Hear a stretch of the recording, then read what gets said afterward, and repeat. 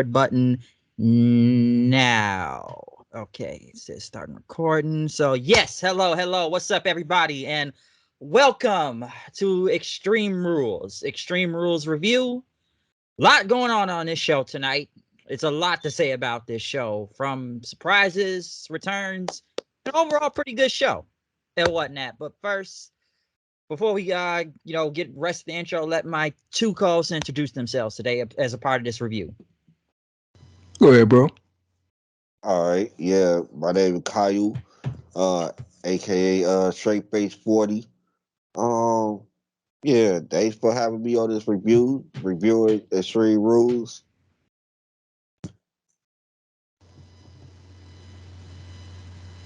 Steven? Oh, all right. I thought My you had more bad. to Yeah, I say. did abruptly end. I just didn't know what to say after that. Thought the stream cut or something. Hey, it's Black Shaggy in the building. DAR Elite. We here for Extreme Rules. We ready to get it popping, man. Let's go. Let's do this thing. Philadelphia, Pennsylvania, Boo. the land of extreme. Boo. Oh yeah, that's Philly. all right. Oh my No, yes, God. they rival. Yeah, no, you don't like Philly. You don't like Philly. Yeah, it's my rivals. That's right. Get the whole state out of here, bro. This is usually the land of extreme, some would say, when it comes to Philadelphia. But yes, they did open this show. I know they had Paul Heyman kind of narrate it for a minute because, like I said, it's ECW country and whatnot. Can I Go say ahead. something about that too? Can I really say that was the most confusing piece of crap that I ever watched in my life? That opening package where they had the whole boy spelling and stuff. I'm like, what is this? A spelling bee? What is huh? Like I ain't understand that, but go ahead. Yeah, I was a little confused. Like, why is this a spelling bee? But yeah, after they had him do the intro and whatnot, we kicked it off though with Imperium versus the Brawling Brutes in a Donnybrook match. Corey Graves and Michael Cole are on commentary, but then against a lot of commentary table changes right now. These people need Pat back But desperately. they the pay-per-view commentary for the whole time. They gonna be the pay-per-view commentary. Yeah, because So they were there whatever they most have, of the night. whatever they have a pay-per-view, they gonna have those two for the pay-per-view. Really now. Yeah, Michael Cole. What was the Corey Graves? Yeah. Mm-hmm. Yeah, that's who they gonna have for every pay-per-view. Interesting. Yeah.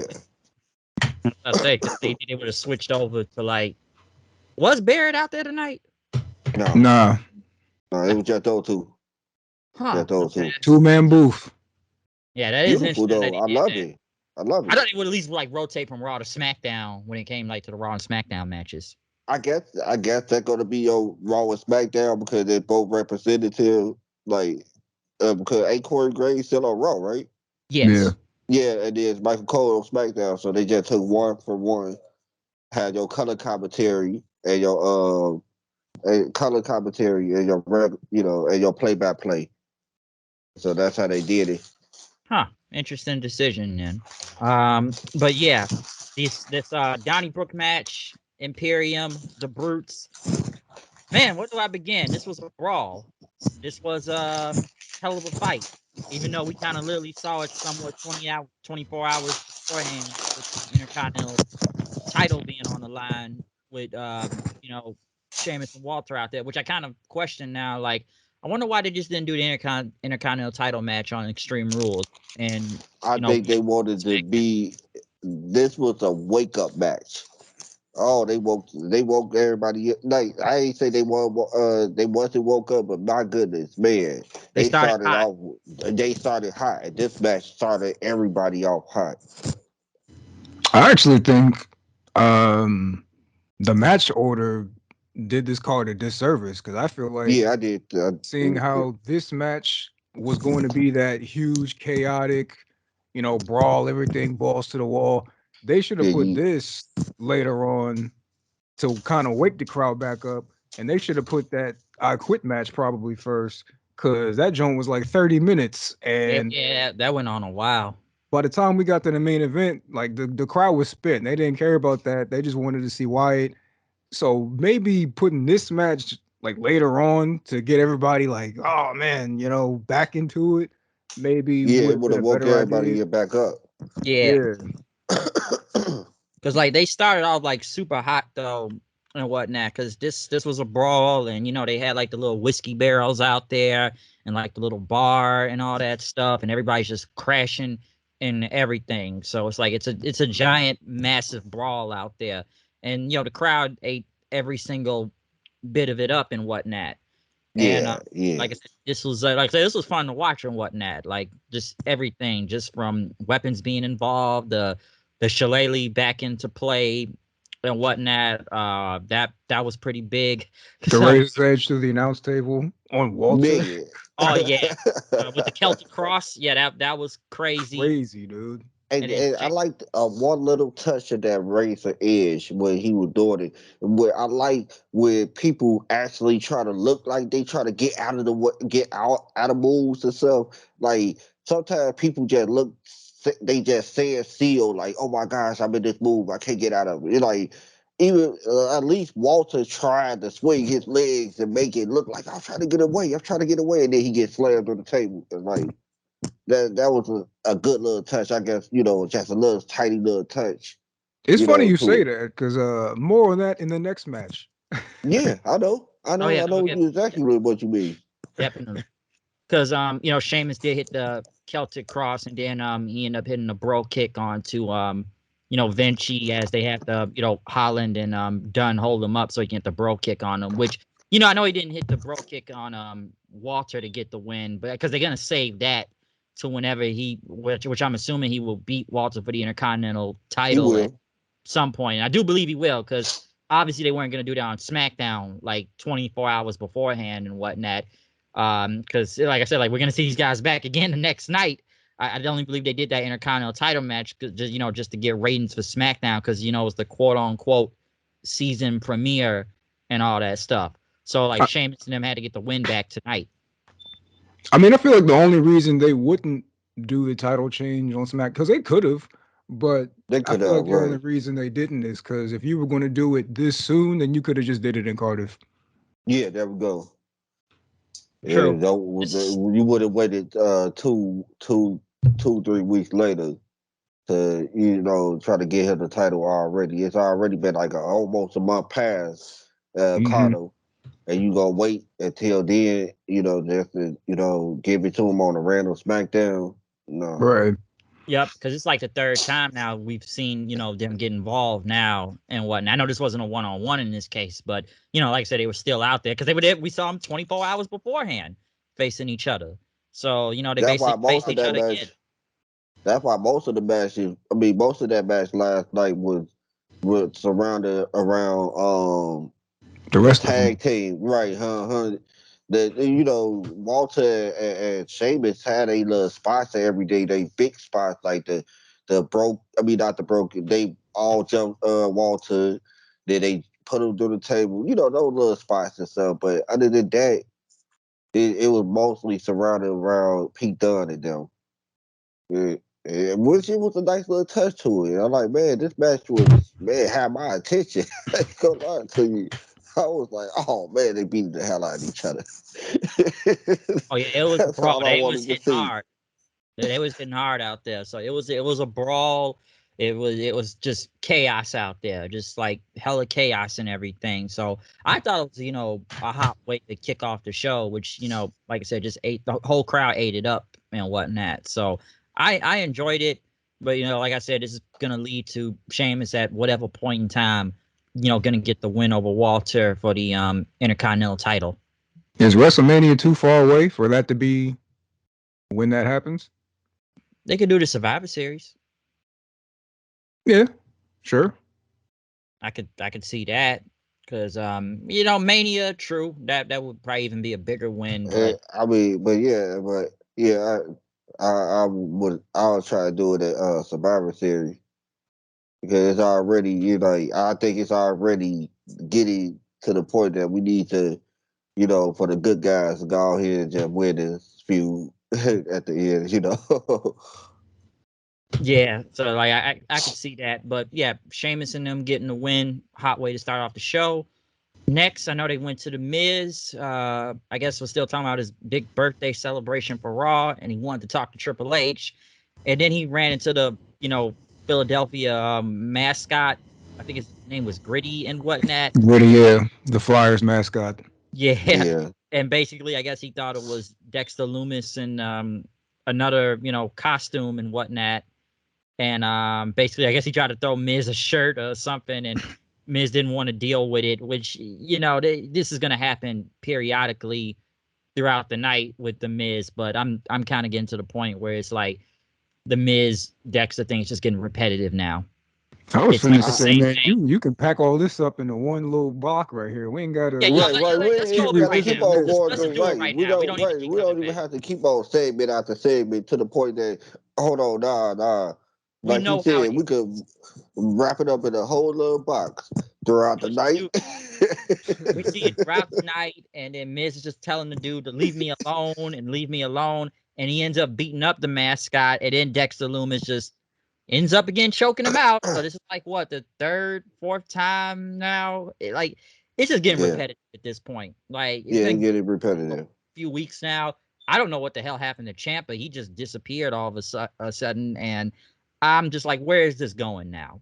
I'm just trying to like, figure out why the Miz is the heel in this situation.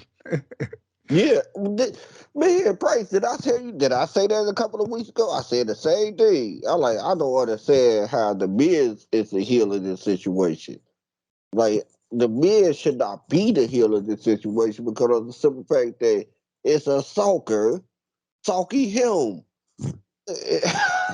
For no Nigga was apparent in his reason. house no with his reason. He kids. was in his Like, family's Right. house.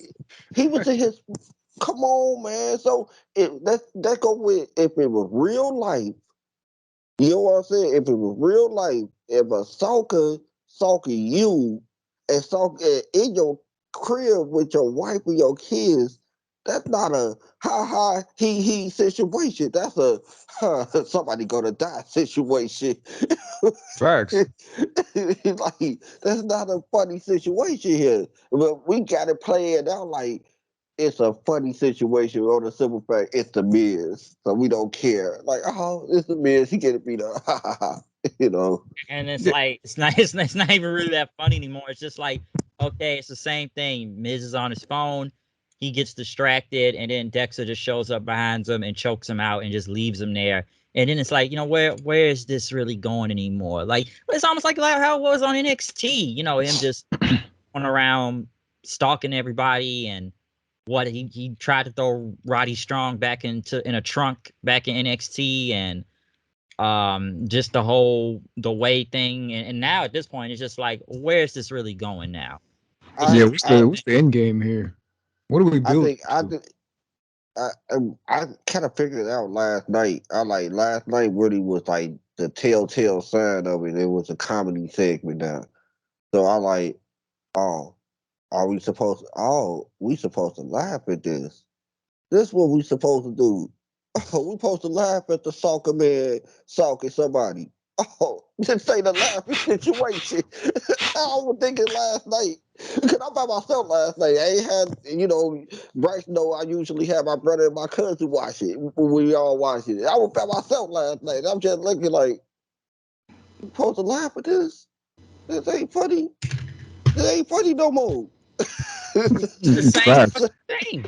It's just the same thing every week. It's like, okay, gonna show up and choke him out. So it's like, oh, the people cheer because Dexter helped the mascot up. That's kind of it. But it's like, where's this going anymore at this point? It's like, yeah, what's the end game? What is it gonna end on Raw? Like, oh, Miz is having his birthday celebration tomorrow. Is Miz actually gonna get him this time, or is it just gonna be the same thing and everybody just stands around and look? Because I thought they had Ciampa protecting this guy, but he just kind of just up and disappeared now. Yeah. I don't understand the feud no more. This feud just like I just need, like I said, I just don't to myself. I just think this is straight up comedy segment now, and we supposed to laugh at it every time the Miz get beat up and get choked out. We supposed to like, it's a funny moment, and like nobody really cares no more. Like the first 2 weeks, everybody went crazy. Oh man, Dexter back. Oh man, Dexter, doing his own gimmick. Then all of a sudden, like after the third, fourth, fifth week, it's like, Dexter still talking to Miz. It's probably You know, because they already blew their load with this, man. Because like the first few weeks, they were just having him in the background, just stalking him or whatever. But then he already done kidnapped the nigga, so it's like, okay, so now what? Like he on like the kidnapped fourth the week, nigga. he already took him. And there we So, go. I wish you on that. You took him and let the man go. so why are we still doing this? Like that? Right. And Like yeah, if like we've seen like the random security guards get beat up, and everybody just walks by. It just kind of looks like it's normal and everything. Like just all these things from a car being flipped over, like all these little clues, because got to make everything look like NXT right now. But like we've seen all the bodies and stuff, and him leaving the security guards all piled up upon each other. It's like where's this going now? It's like it's the same segment every week. Yeah, they told her that to order. Because if they did like the house thing like last week, and then this week he took him, and none of this happened beforehand, then it's like, okay, we're actually building. Like he took the Miz. Now what do we do? Like, but nah, he already took him. He was already in his house. Like, okay, Right. He did. He did. Basically, he did the end game. Like we wondered what the end game already. He did it several times already. You yeah, know, if it was a game that the soccer were playing, he already won 3 times over. Like, exactly. it's like we need to end it now, or I don't know what to do. Really, it's like that. This segment is one of those segments that, like, how do you end it? How do you blow it off? I'm surprised they haven't even had a match yet. Exactly. There's been no match. It's just the same. It's not like they've even been in a match. It's just Miz in a match, and then he just looks all paranoid, and then Dexter shows up, and then just costs Miz the match. And once again, same thing, choke out, boom, there you go. Do the same thing next week. So, yeah, Like this is Halloween month, and you just had a pay-per-view called Extreme Rules. You couldn't throw Miz versus Loomis on his card, like. Yeah, I know, right? That's what I thought it was going to be. I like when the Extreme Rules were building up, and when they were doing all of this, I think it's like, oh, okay, they're gonna be in some type of match that they had with him and Cameron Grimes. Remember that?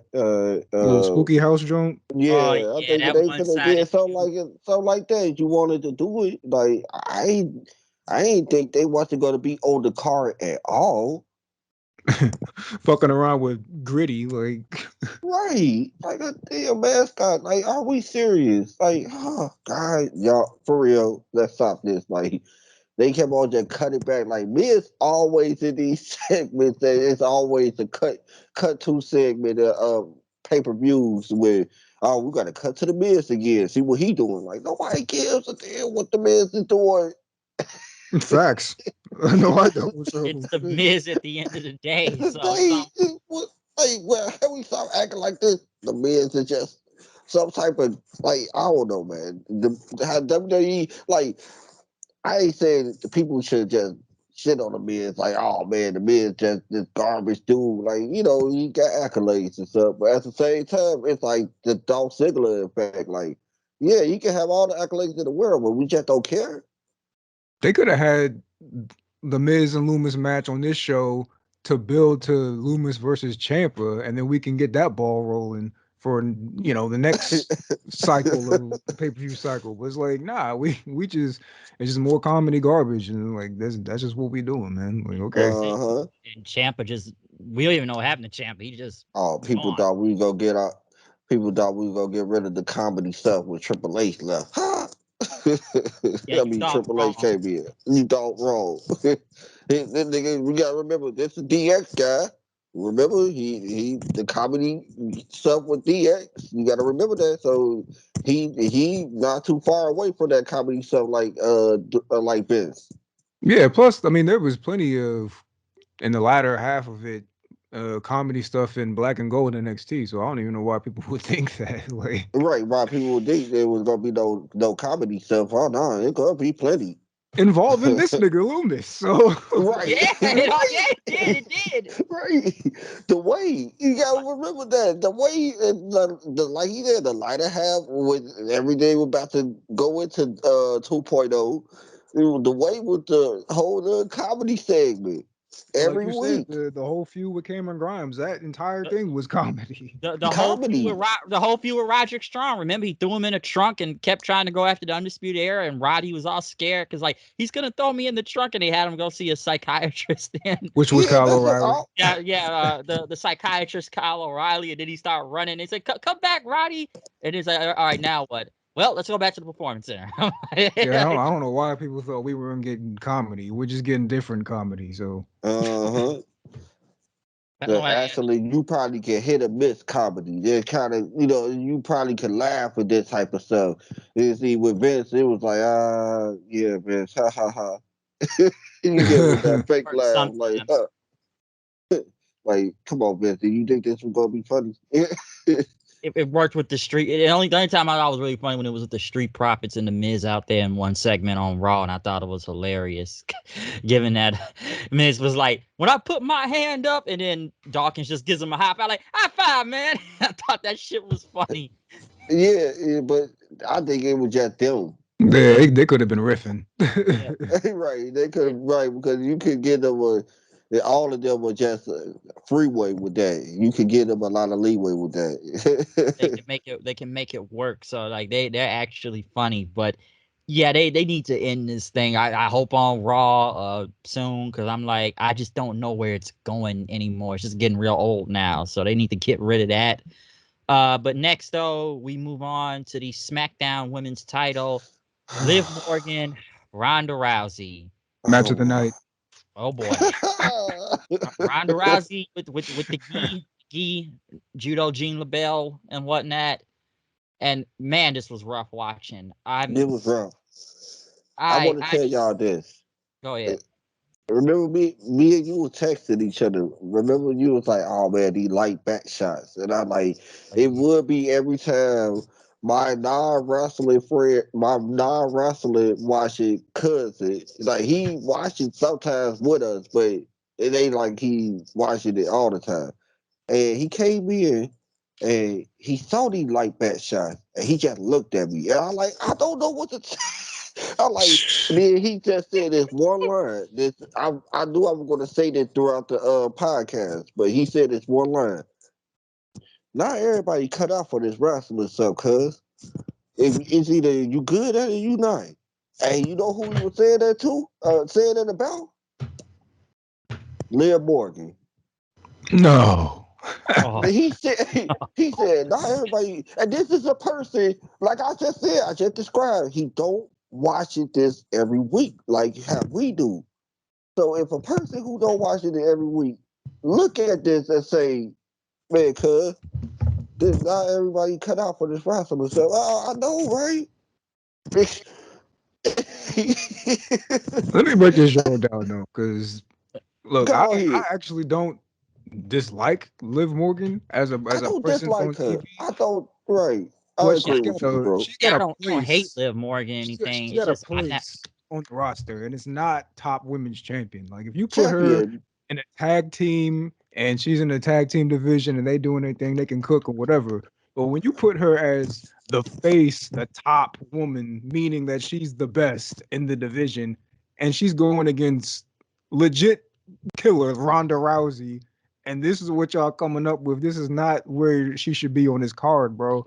And you're doing her a disservice by continuing to put, like when we saw her wrestling Shayna Baszler in Cardiff, I'm just sitting there like, you've got to be kidding me, bro. She's out wrestling first match on the show. Like, I knew that what they were going to do with Cardiff, though, bro. I knew they were going to do that because they wanted to build the match to her and Ronda Rousey again. You know what I'm saying? So how do you do that? How do you make the audience believe that? All right, cool. We got another person who does MMA type of fighting. You know, can we put her against her and make it look like she's staying on par with Shayna Baszler? If she look like she can stay on par with her, we can make the audience believe that she can stay on par with Ronda Rousey too, right? No, that's not how it works because guess what? We not believing this either. we ain't believing this either. I wouldn't even believe her and Sonya to build that much. And see that And that's what I'm talking about. I've told everybody that. Me and Bryce were talking about this in January. Remember Oh, but when she they was was going against trying Becky. to? I said it did. I'm like, hey, look, you know, they want to give her a chance, give her a chance. But at the same time, I'm really not the biggest Morgan fan. I'm really not. And like, I'm gonna sit here and I'm not gonna crap on anything. I'm not gonna say anything until till her run is over. That's how I thought to my head. I'm like, I ain't gonna even say a word until her run is over.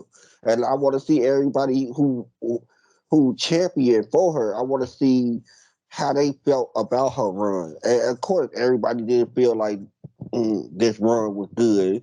Oh man, they did her a disservice with that SummerSlam match. But I want to go back to what Bro just said. They did her the disservice when they put the belt on her. In the first place. That's what Yeah, that's what the service came from. When they put the belt on her, that's what the service came. That's what they did it. They messed her up there because now you trying to tell me, oh, she the best of the best on your SmackDown women roster. That's what you said. And what's crazy Oh, is okay. they didn't even believe that themselves because of how she was beating people. Like it roll just ups, didn't money in the bank cash in. She tapped out at tap down. SummerSlam. Like y'all don't even Bingo. believe it yourself. So why did you even put her in this position, bro? And Like, I want to add another thing too, because like even before Baszler, they kept trying to say, "Oh well, Liv Morgan was training with Matt Riddle and whatnot." Now for like what, a week or two, that was Weak. to make me Mm, believe that she could still beat Baszler, a legit Right. MMA fighter. Same with Rousey, like, oh, she trained Oh, with I Matt could get Riddle. in that ring with Mike Tyson. I was training for boxing for like a couple of months, man. Come on, I could at least give Mike Tyson some go, right? Like, that's exactly. what you. I can get Mike Tyson some look go. Oh man, I was And training even for a couple of weeks on the speed bags. Come on, man, get out And of here with let that. me add also that the way they tried to build Liv Morgan, like they tried to make her some legit badass with all, especially going Extreme Rules, like even going against Lacey Evans out there that one time on SmackDown, where they was like, oh yeah, she's using the weapons and she's beating Lacey Evans and whatnot. Even Lacey Evans, I'll say to an extent, at least she's a Marine, she can legitimately kill you and whatnot. I kind of almost like I could believe a little bit more in her than I could believe in Liv Morgan and whatnot. There we Because the go, only thing I and remember she from got that the certain, size to make you believe too. yeah, at least Lacey Evans got some size on her and whatnot. Like Liv Morgan, the only thing that just looked good was her doing the big senton off the top rope onto the table and whatnot. They trying to make it like this badass. Oh, she's got weapons. She has a bat. Like I'm supposed to believe she can take on Rousey by trying to like, okay, if she beats these other people, maybe she'll look credible against Rousey. And it never really came off like that. It just it And did. they gave her the honors. My bad. I'm so sorry. It's just I ain't gonna lie to you. I'm really glad I can speak out on this stuff now. You know what I'm saying? Yeah, I'm glad I can say say what I really want. Talk Mm. about it. Yeah, look, they gave her the honors, giving Ronda her couple of first L's on the roster. Are we serious? Right Let's now, just be Becky serious. live. That get me kind of fired up a little bit because I'm thinking to myself, you could have gave it to Charlotte, you could have gave it to Oscar, you could have gave it to somebody else, and you decided, hey, we're gonna get her first two losses against Liv Morgan. And even fans, I'll say this with fans, because like you talk about how they've all wanted, we want Liv Morgan to be pushed, we wanted to be the champion and whatnot, and like the same fans that were like hyping her up, it's like now I feel like they just kind of turned on her as fast as possible, especially after SummerSlam, like they just turned I on her don't so think no, fast. those not the same fans. I No, would I'm say gonna they I'm are the gonna same oh no fans. no no no no those not the same one. No, those us. We came out after that. See, it was two different fan bases that came out after that. See, everybody was still championing her, but we came out after the SummerSlam like ha ha ha. You know what I'm saying? Like, you tapped like out. And like Steven, didn't you say like on Twitter, like what did they say after the whole Extreme Rules match? Like they thought it was a good match. Like I forgot what you said last night, but No, it people was were legit mad that she lost. like, I know. I told you, Bryce. Man, see, that were two different. That were two different fan bases right there. And see, you still got the Lil Morgan train. They still really ramping it up now because last night everybody was mad. Everybody was mad, bro. what I they yeah. couldn't need, see man, one is happy I person they I yesterday need had some except kind for of. They need to drop the branded titles and just have a world title and like a mid card title for the women, man. Because we're just gonna keep running into this because that whole SmackDown women's division feels like that for the most part. We're like, you should not be the top champion on this brand, bro. Like, I think well, I we think gonna give it to Sonya. We gonna give it to who? Shotzi, Natalia, Raquel. Tamina. I mean, it's like you got like 2, 3 women in that division who could be the head of the division. You need a U.S. title or something for the women, man. yeah, At That's least yeah. the like lane they should be believable, in. like Yeah, I believable. definitely agree with you. I did definitely agree with you on that And one. I, I said that like a couple of years ago that they needed like a women mid card title, something that could. When you don't even need it to have a brand specific women mid card title. You can have it flip shows like how you do the women tag team titles. So I would see. I would like to see that because guess what? Liv fall right into that category. Yeah, You yeah, know because what I'm I mean, saying? Liv people would always be a complaining about. perfect mid card title, a perfect workhorse title person to hold something like that. People always complain about. Well, the same women keep getting pushed, but it's like, well, who, who other than the 4 horsewomen and Bianca and Rhea should be the top woman of the division? Like Right? Tell obviously, me, yeah. right? Who? you know who? Who? Like who? Who? Man, you about to get me to do the new day in here? Like, come on, now. Tell me who Like y'all got other than those women that he just named. Tell Raquel. me, What about Raquel? she on the Raquel is cups. Raquel is She in. on the She can be cups, in that. bro. Yeah, she can be in that conversation. But that's one. That's Like, one, Trying to think right? who. I'm That's trying to one. think who else. I'm trying to think. Like who else they got? like Bianca is going to end up losing to either Rhea or probably Charlotte, most likely. And it's like we're going to be in the same cycle because none of these other women should be in that position, man. That's just the way it is. You got the same thing going on in AEW, bro. It's like, Yeah, there we who is it? go. Who? And it's Who? even worse over there. It's even worse over there because guess what? Because they gonna fall. They gonna keep on falling into. We should. Well, what we gonna do is keep on leading back on Britt Baker. Well, I don't want to get Oh into God. AEW right now because we'll talk all day with that. We'll talk all day with that. They fall into the same position. But with this women roster that you look at, most of them is all wrong. All All the of them. women that you want, Yeah, there all of we them. go. Everybody that you want to see is all wrong. So And that's what I was looking like, man. Bianca, Bayley, Oscar. You Asuka, know the guy, the Ripley. people who want to. The people, right? The Ripley, the people who want a CEO at Dakota, they over there on Raw. They nobody's over there on SmackDown, and I say, hey, I want to watch them. And I'll add Yeah, this too. Let me just kind of add on to that. I know we talked a little about this before the show, before we started recording, but we look at Liv Morgan. We were talking about the category, like, do people just like it because she's hot and whatnot? Because we were speaking on that about, because they oh hot and yeah, and get then past. bro did say so too. He did give a little cryptic little matches. I like that. He did give a little cryptic little matches. Like, oh, we're gonna talk about that We're on gonna Smack. revisit it. When we now we here. Yes, that's the reason why. Yes, that's not play games, bro. That's not play games. She was, and she is. So, and you know what I'm saying? Like, yeah, she do look good, but she okay when it comes down to the in-ring ability. Like, I still think she a little awkward, a little bit to me. I still see a little awkwardness in her. I still see little stuff here and there that make me like, nah, not a real true fan.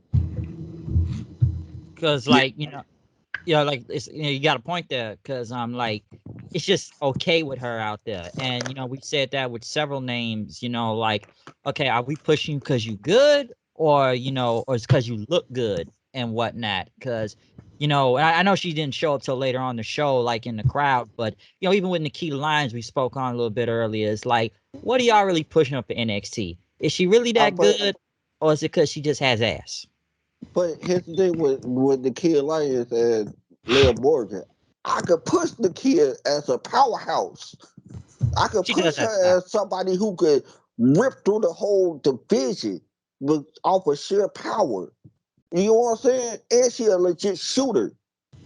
Cause she can fight for real. So I can push her as that.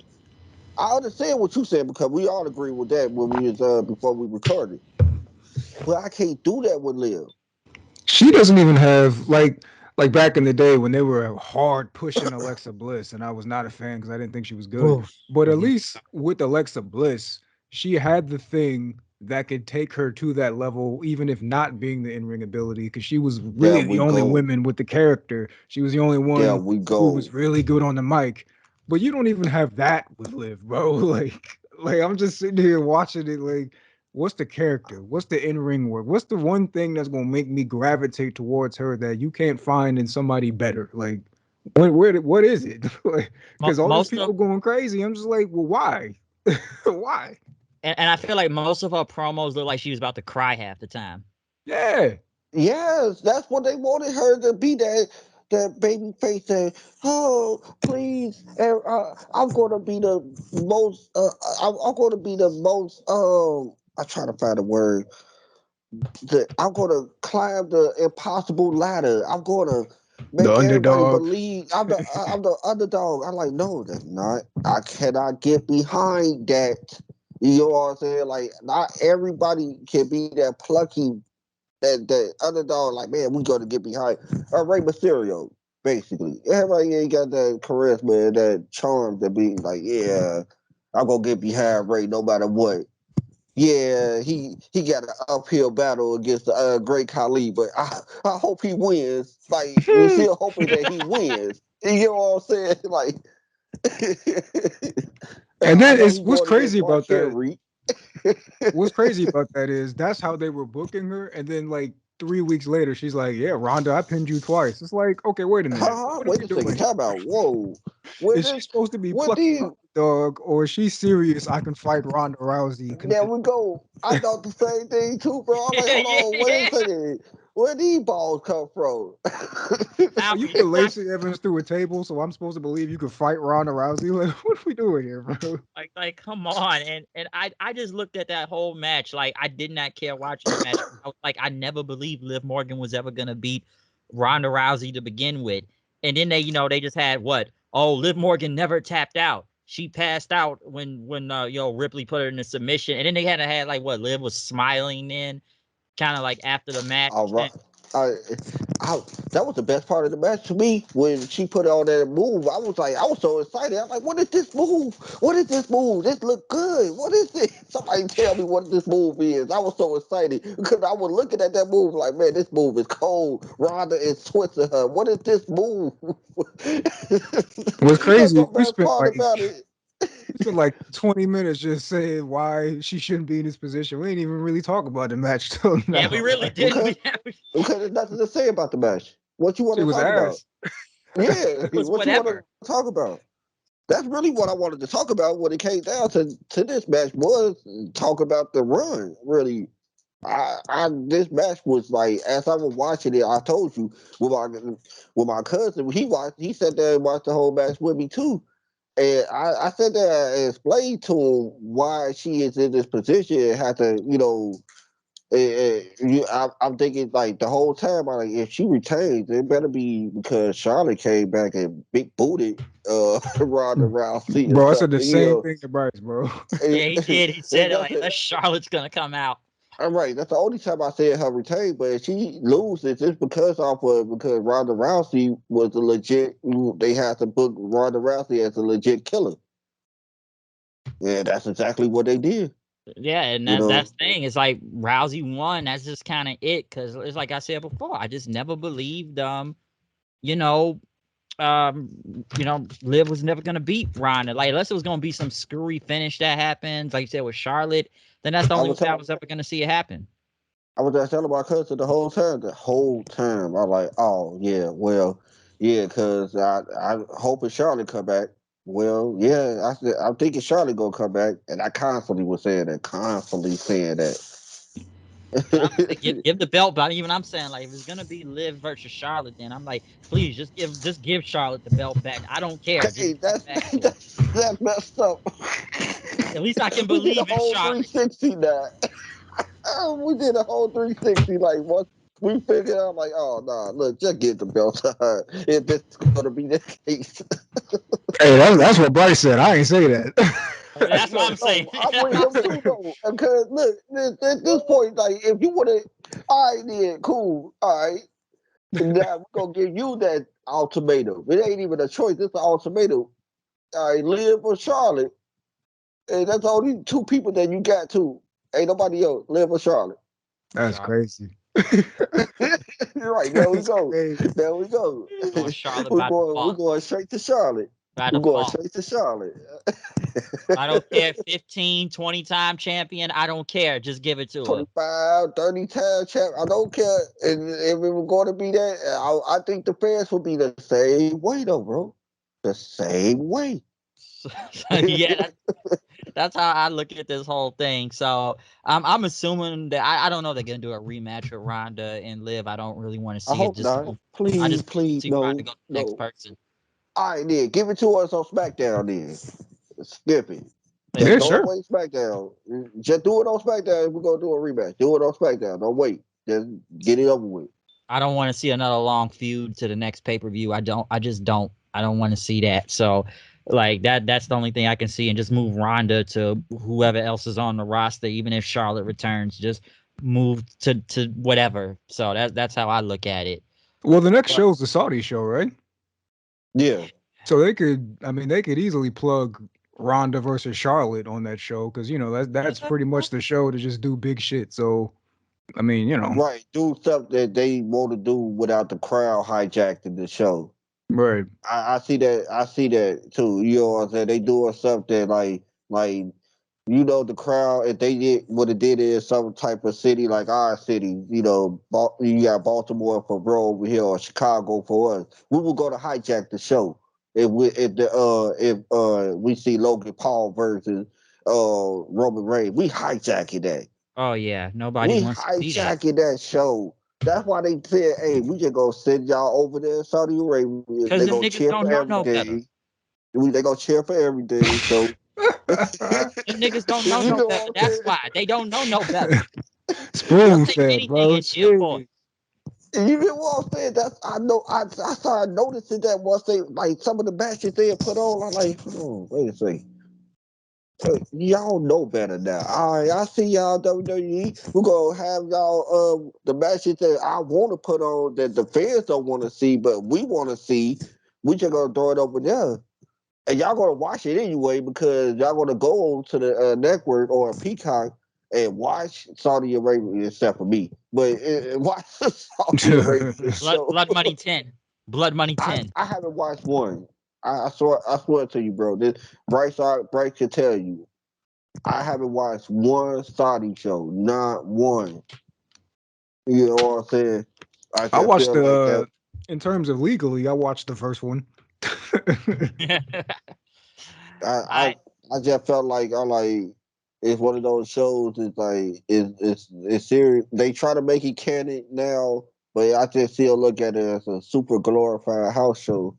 Yeah. Yeah, You because know, it's like you said, nobody really wants to see Roman and Logan Paul, and the bloodline basically became faces by default because everybody keeps cheering for them. They don't give a shit about Logan Paul, okay? Like they really don't. And it showed again on SmackDown the other night. So Well, over here, we don't know how they're going to react to him over there. Yeah, that's what I'm saying. And they gonna be doing backward flips for these niggas over there. oh yeah, they'll cheer anything because they're just happy to get what's over there. They're just happy to Yeah. see whoever. Over here, it's Yeah. like we gonna boo this dude out the building and whatnot, and cheer for Roman all the way. We've already seen it. They cheer for Heyman, they cheer for the Usos, they cheer for Sam, they cheer for all of them. Logan Paul, you saw SmackDown, was Logan sucks. Logan sucks. Logan sucks. It's like Yeah. nobody really wants to see And this then Roman match. was trying to help him out. Oh, hey, don't worry about that. They used to do the same thing to me back in. Ooh, nah, Roman, you different. We ain't even about to start here. This nigga, all right, you better quit playing. And I'll say this too real fast. Like I know people will say like, well, it's not real, right? Because you question it's like, wait a minute, this guy has only had 2 matches and he already gets a title shot and whatnot. It's not real, right? Okay, well at least make some fucking sense out of it. Like, where's the logic? Like he's getting a I title don't match. care. What? I don't wait. Go ahead. You have the stage because I think we about to say the same thing. Go ahead, bro. Yeah, it's almost like, why does he have a title match? He had 2 matches, okay? Why is he going for the world title? Do you not have anybody else on the roster for Roman to face? Like literally? Because it's like, who wants to see this match? Like, really? Like, who really wants to? Don't get me wrong. Logan Paul proved himself. He exceeded expectations. Like, I'm not hating on anything he did SummerSlam or WrestleMania. He did good. But how many people really want to see a fucking world title match between him and Roman after 3 matches? Well, I think the actual explanation is the same for the kayfabe explanation. That's just what the Saudi prince wanted, right? Like, from what I heard, that nigga big in Saudi Arabia, so that's what he personally requested, and that can just work in kayfabe too, where they're just like, well, yeah, this is in Saudi Arabia, that's what he wanted, so that's what we gave him. So, I mean, that part of it doesn't bother me as much because I know this entire show is just bullshit to please the Saudi prince. Yeah. So, That's all.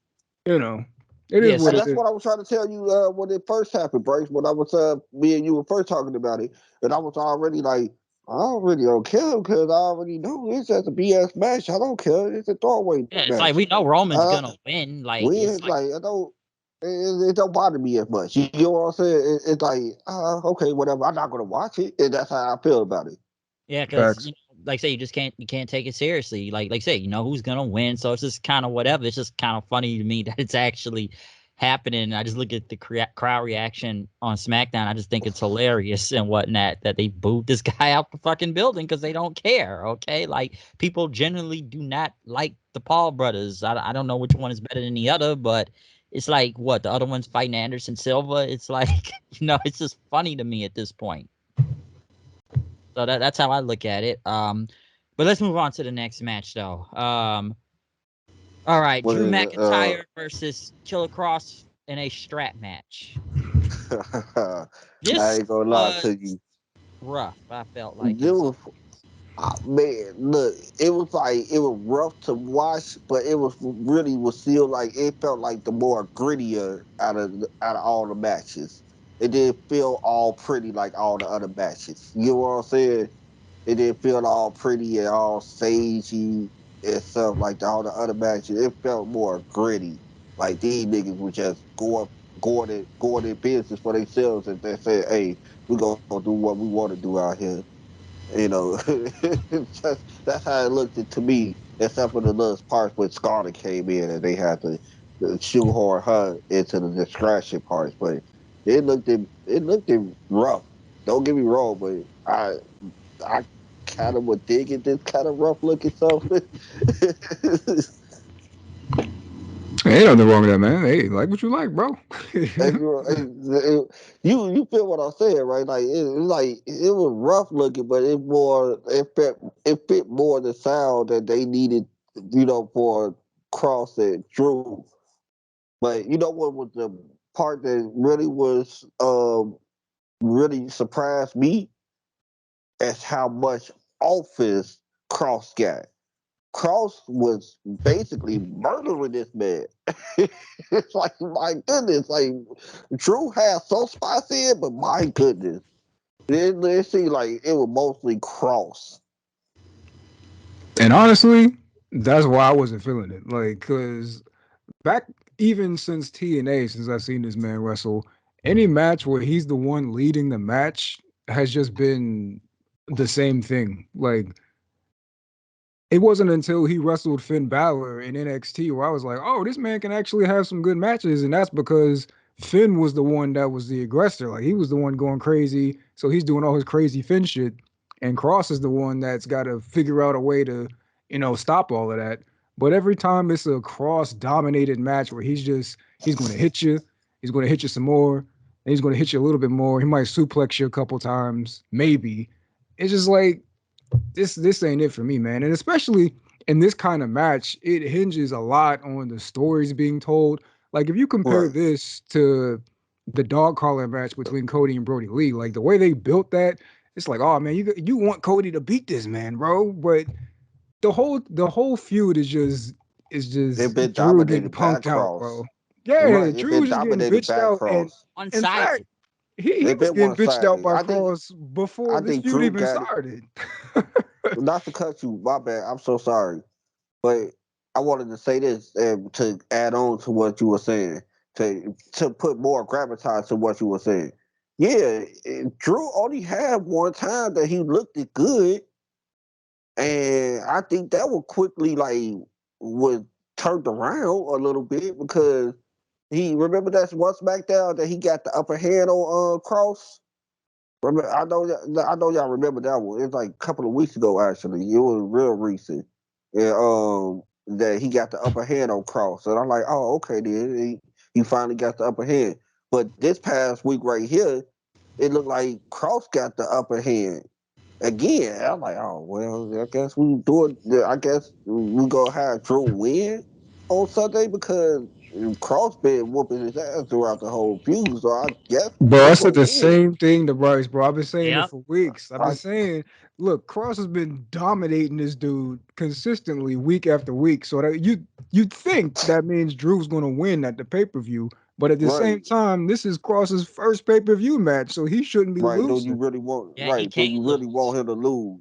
So they needed to Eh, book this more balanced in order so both uh-huh. guys look good. But no, they punked out Drew for a whole month and longer than I that think because he started singing after his title match. Yeah, that Ever made no since then, sense. this man has been getting punked out and then he loses on pay-per-view. And I'm just like, what are we watching here, bro? I hated this I match. think I I hated it, think bro. I think what Triple H is looking at is like it's like not to give it an excuse. I think I totally agree with you that it should have been more balanced. But I think how Triple H would look at it was all right, we have Drew, who already a top tier made a big guy. I don't think he can be hurt by this feud if he does get dominated throughout this whole feud. I do really want to push Kross and make everybody kind of forget about the old days of, you know what I'm saying, the red mask and he would lose to the Jeff Hardy. I really want people to really erase that out of their mind. This is Triple H talk. You know what I'm saying? That's not me. But you know what I'm saying? I'm trying to make more sense out of it. Like the reason why the feud went so one sided. I'm thinking like, yeah, I think Triple H thinking like, all right, Drew could survive this. We could put him in another feud. We could have him win. You know, we could actually put him. We could insert Drew in the title picture anytime we really want to. And so I don't think Drew was going to be hurt by it. I think they really wanted to establish Kross as a made a big guy. Well, And let me add, my let me bad, add bro. on. To that. Let me add on because it's like this. We know Triple H is a huge fan of Kross. Like come on, he pushed him so fast for the fucking title in NXT. I It was just was about to get to that. damn near insane. Like, come on, like the minute he got there, they had him fucking kill Champa and then like literally beat Keith Lee and like what Keith Lee had the belt for like a month, and that's why I always felt like even though we knew Keith Lee was going to the main roster at the time, he just felt like a transitional champion. So Triple H had a like just a huge thing for Killer Kross and whatnot. Even coming back, you already kind of inserted him into like the main fucking spot and whatnot near the Yeah. world title and whatnot. So like you knew Triple H was gonna push him to the moon like he did in NXT. I know I'm not saying putting the belt on right now, but like it's gonna come there. But it's like we said, this whole feud with Drew was just so one-sided. I get it's a rebuilding process and whatnot. You want to make Kross look decisively as powerful as possible and whatnot. And like I said, you know, you got him back with Scarlett and all that stuff. But you know, even I was getting to the point like, so Drew's gonna win at the pay-per-view, right? And you know, once again, I felt the crowd was indifferent to this match out there. Like, yes, it was brutal. They hit each other real hard. It was a strap match. That's what it was supposed to be. But even, you know, I've had people, you know, call me about what happened last night, and they said like they felt kind of bored throughout the match and whatnot because it was just like the same punches going back and forth and stuff. And yeah, that's a cross match, bro. I'm telling you. That's a cross match. Even that's a cross match. Even back in TNA when he was there, like what Steven said earlier, back in TNA, like I like the guy, but you know, some of his matches did kind of become the same. You know, okay, all right, Saito suplex, you know, punches here and there, and you know, like that's the same thing in NXT. You know, some will sit there and argue. No, my bad, Bryce. let me I'm finish. sorry. Like, you good, but like you know, some can argue with you know, people feel like Cole exposed him in that damn promo. I remember that people feel like you just got the same thing going all the time and whatnot. So, like I said, like with cross matches, it just somewhat feel the same sometimes. And yeah, Drew was protected in a way in the finish. Like, thank God it wasn't another fireball because we saw how horrible that was. But like, okay, got him with pepper spray and whatnot. So I guess Drew was somewhat protected right here and whatnot. Yeah, I mean, I hear a lot of people were kind of laughing at that a little bit. Like I don't think people know the seriousness. So if you get sprayed in the eyes for real, like that shit hurt. Like that's so like burns like hell. If you spray enough into somebody's eyes, I think that was a good protection. I just think here's the thing, like Steven just said, it's a cross match. I don't think you need to be booking Kross in mostly 10 minutes or more matches. I really don't think you should do that because you're gonna kind of expose him a little bit. You know what I'm saying? I need. Y'all gonna laugh at me with this. Just go ahead and just laugh, but I need him to be a Goldberg type of character. If you're gonna do that, real talk. No, that's what you do. You accentuate the strengths and hide the weaknesses. That makes perfect sense. Yeah, that makes sense. I need him to be a Goldberg. I need him to be 5, 6, 7 minutes, bam, beam, boom, get it out the way. You know what I'm saying? Yeah, because he's a big dude, but he's not like athletically apt. He's not a Brock Lesnar or a Keith Lee. He's much more of a Goldberg. I yeah, completely agree. Yeah, it's not like he's not even Roman in the ring. He's not Bobby Lashley in the ring. He not this athletically sound guy. He just big. You know, so I think the best cross match I ever seen. Actually, it's a match that it wasn't never on major TV. It just recently just happened before he got signed. That Ric Flair match. I mean that Ric Flair pay-per-view where he would have get Davey. Oh yeah, Davey Boy Smith Jr. I think that was a good match, and that wasn't that long. You get what I'm saying? They were smacking the best out of each other. They were beating the best out of each other. Both people got some offense in. They went outside of the ring for a little while, came back, and I think that was good. I don't know who would book it that, but whoever would book it that needs to be like give a page to Triple H and like, hey, this how you do it, all right? You know, because I just don't. I see it. Don't get me wrong. I see what Triple H see, but he just not that guy. He's just not that guy that go be having these 20 minutes matches that you could spread out. And I just don't think he can be worked into those type of matches. I don't think he needs to be working those type of matches. Agree with. I agree because I just feel like they just want. You know, he wants to put the fucking world title on him. Like he wants. I ain't gonna lie. I'm not. You know, I'm not gonna poo-hoo at it if he does. You know, but at the same time, he needs to be one of those type of champions that don't need to be going against all the top guys. You can throw him in there with some mid carders that can get swashed in a couple of 5, 6 minutes. He don't need to be going against all the top guys. When he going against the top guys, he gonna have to drop that belt to those top guys. Cause I don't need them to be squashing on 5 or 6 minutes.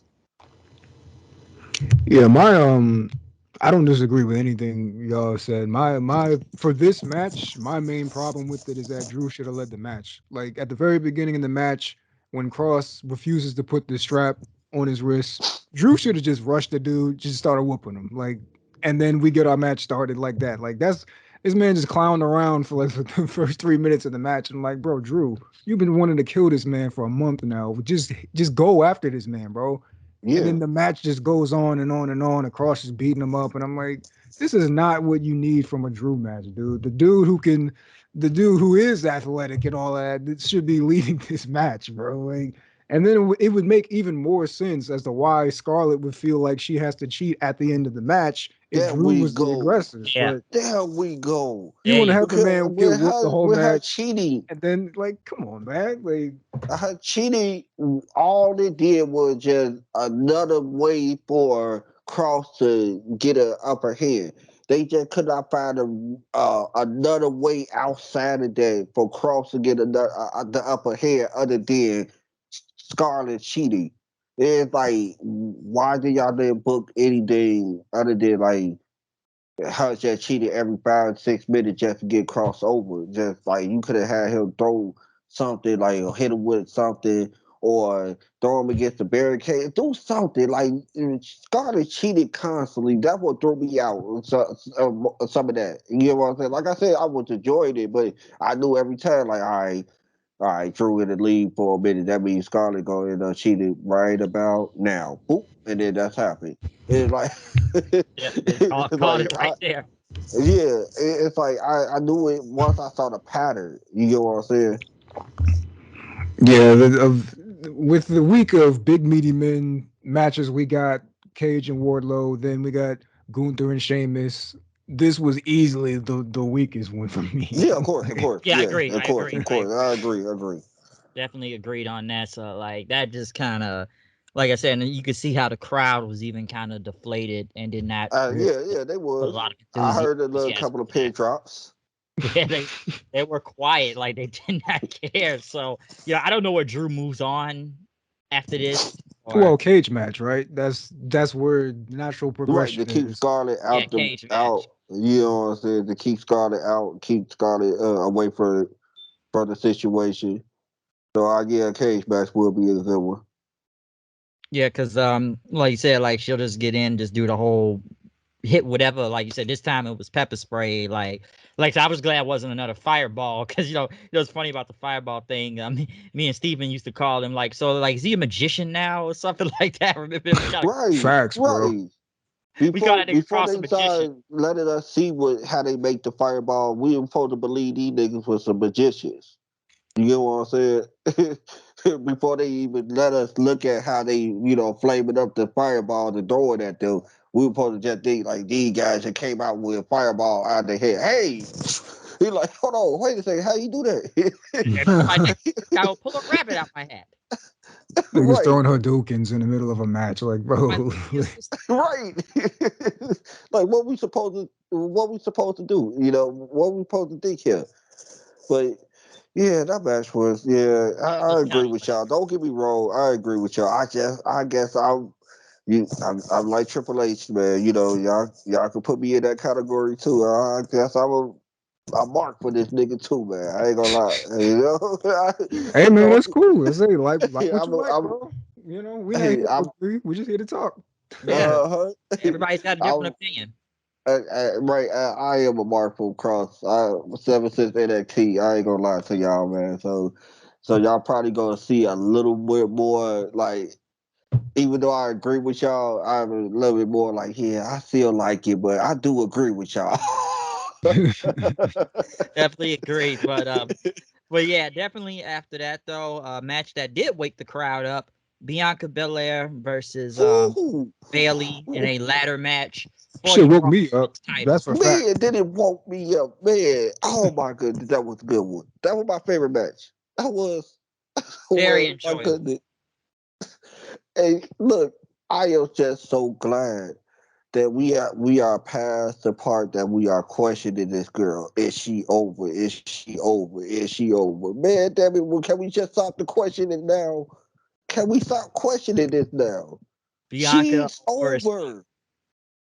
She's over. As soon as people hear the little, Facts. everybody go crazy. they That's go like the nuts out there. glass breaking. Everybody just go nuts.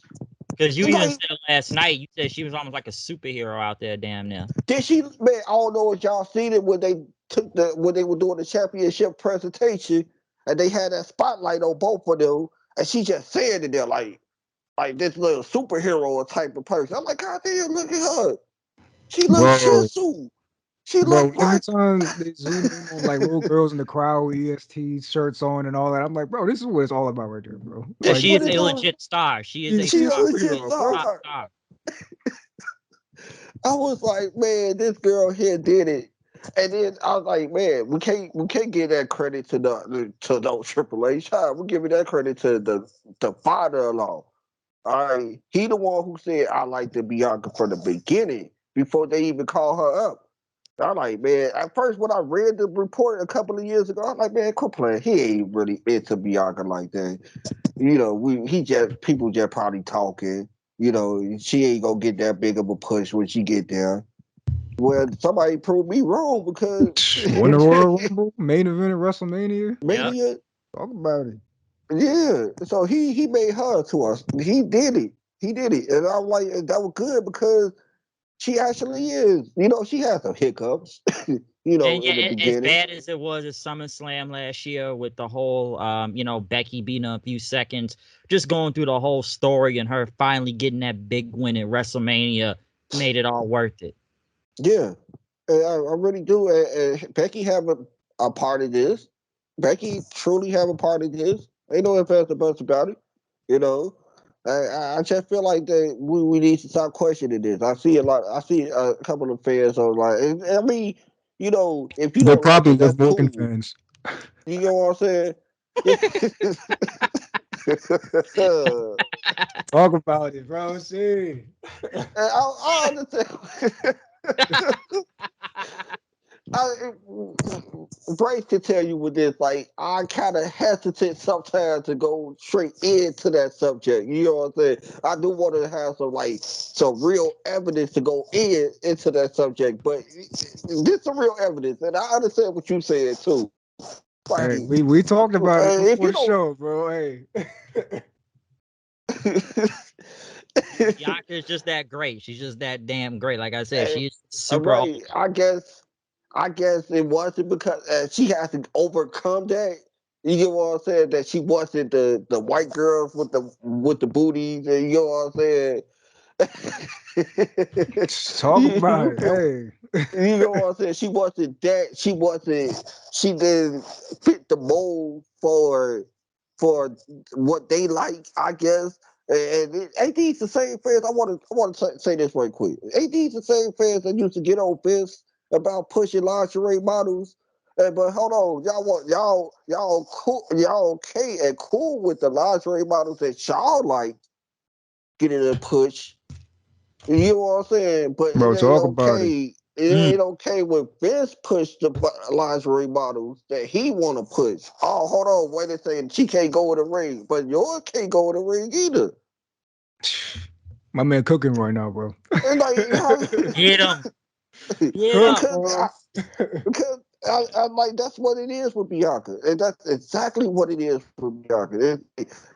They don't feel how she look, or they don't like it how she look, but she has to overcome that and say, hey, hold on, it ain't about that.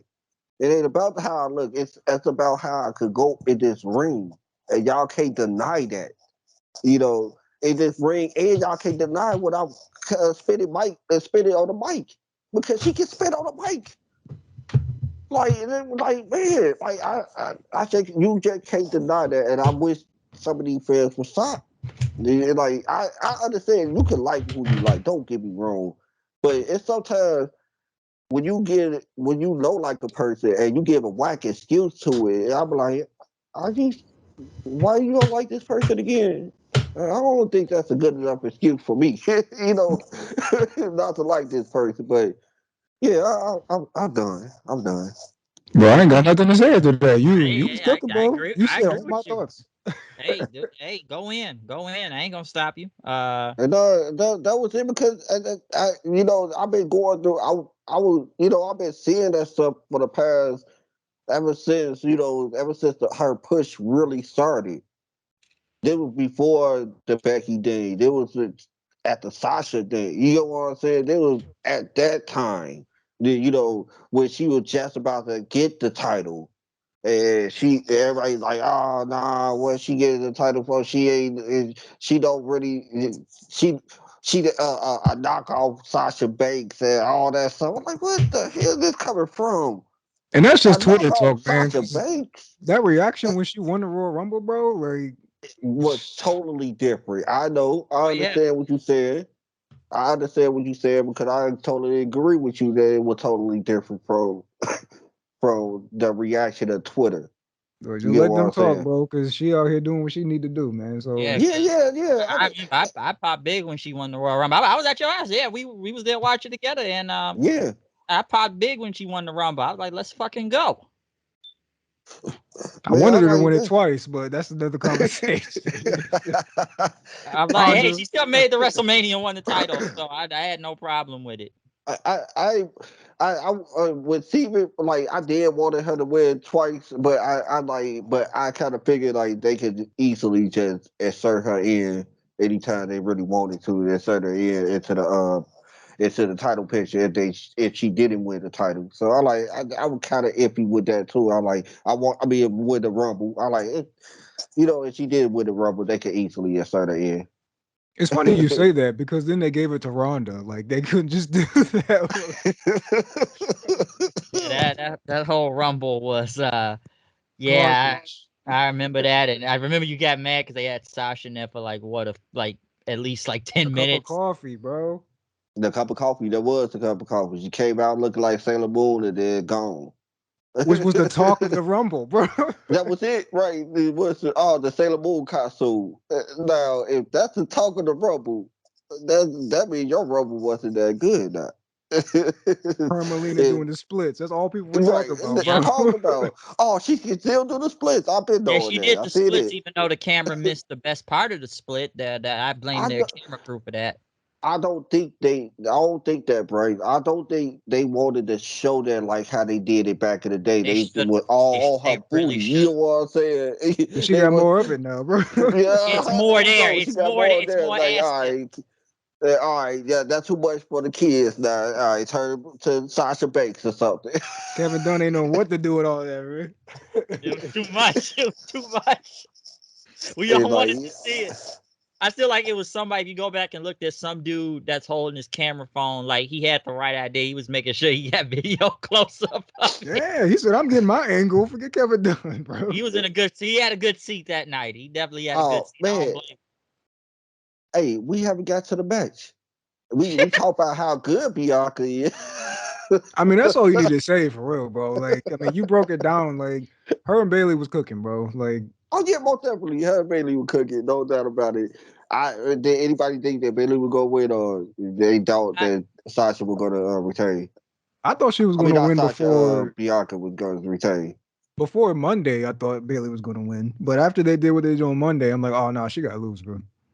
yeah, because they had damage control all over Oh, you TV. talking about that contract side? Man, I don't know about y'all, but when she pulled Bianca over the table in that contract side, and how Oh, Bianca she fell flew. over the table, I was like, Flew. ooh, that would look ugly. I'm like, That's real fight stuff, bro. I was like, oh, that looked ugly right there, Joe. I'm like, oh man, I'm glad she was okay. It was good after that, but my goodness, I was so That's what you see in the she. streets, bro. See?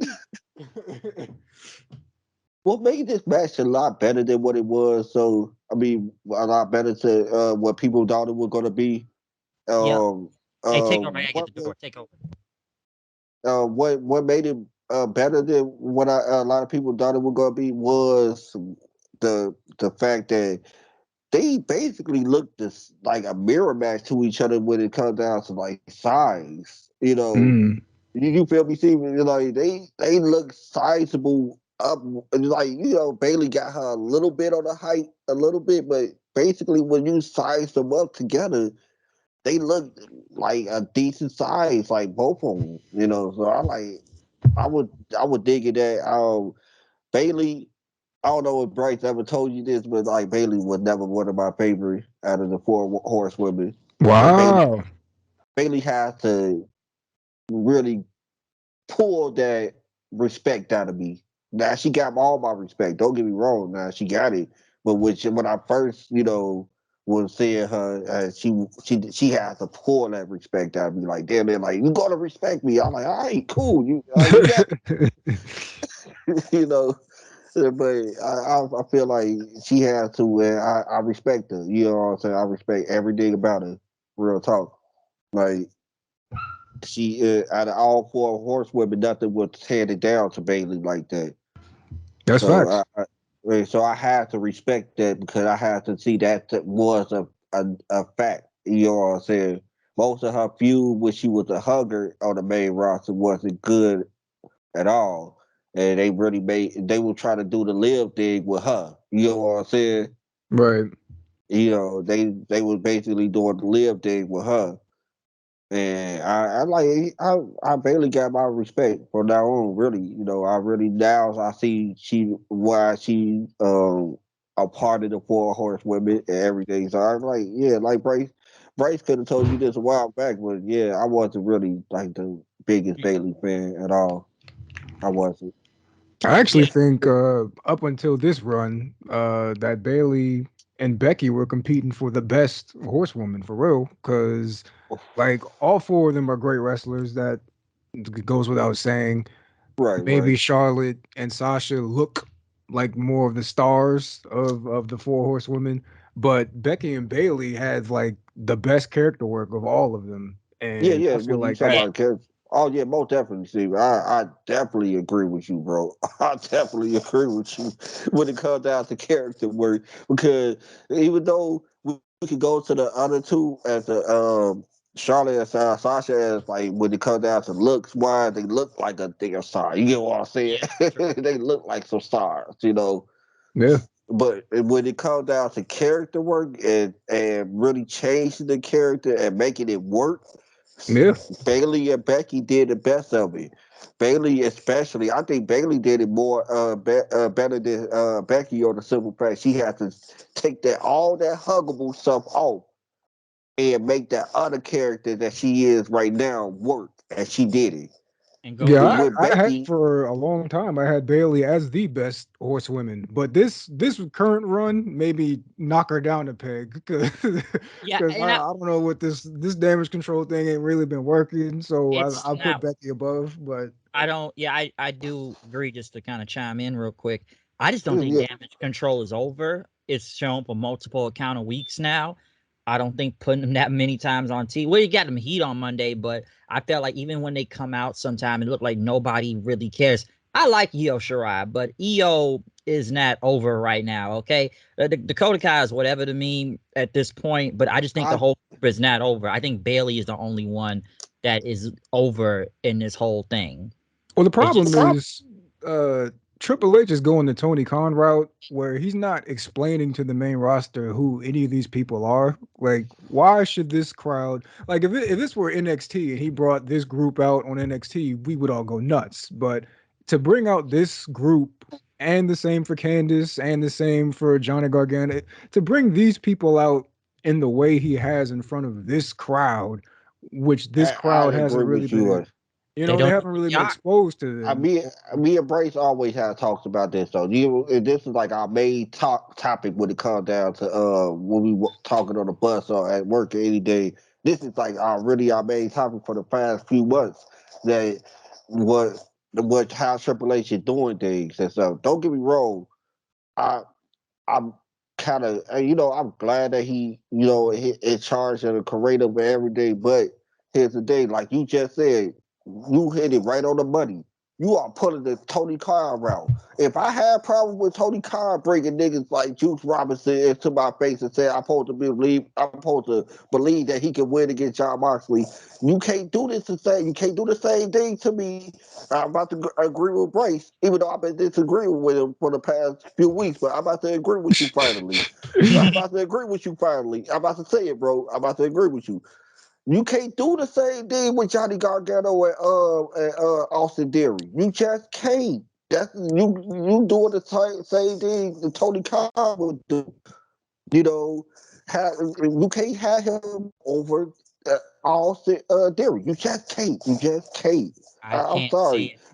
it. And man, at first I was disagreeing with Bryce for the past 3, 4, 5 weeks. I've been disagreeing. I'm like, nah, man. We kind of remember what we were saying about Austin Theory. He's a goofy man. Woo. And then what Bryce was like, what Bryce was trying to get to me was saying was, yeah, but he also won the United States Championship. He also won the Money in the Bank briefcase. So that they try to shed the goofiness off of him a little bit, but at the same time, it will go right back down the drain if Johnny Gargano won and beat him for the briefcase. It Or will go even, right back down the drain. He will just be the goofy all over again. or even if it's just a loss in general, because I think Austin Theory took a lot of losses, but it's like, come on, if they really would give the Money in the Bank to Gargano, I told you before in the last, Castle review, I don't think that's a good idea and whatnot. Like, come on, like even I've said, you expect me to believe Gargano's gonna be the one, even if it's a cash in to beat Roman for the title. I'm like, come on now. And we've had the debate about. I've seen people say like, oh well, Daniel Bryan is this or Rey Mysterio. Listen, both of them are like two different auras. Okay, like All three of them.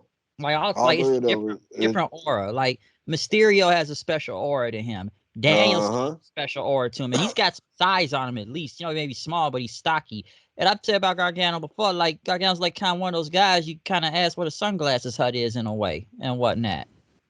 Yeah, and then with Daniel Bryan and Rey Mysterio, we talking about aura that been around him for 3 decades. You know what I'm saying? This is the same aura that he had for 3 decades now, and he not gonna ever share that aura. And that's what Rey Mysterio is. He a superstar.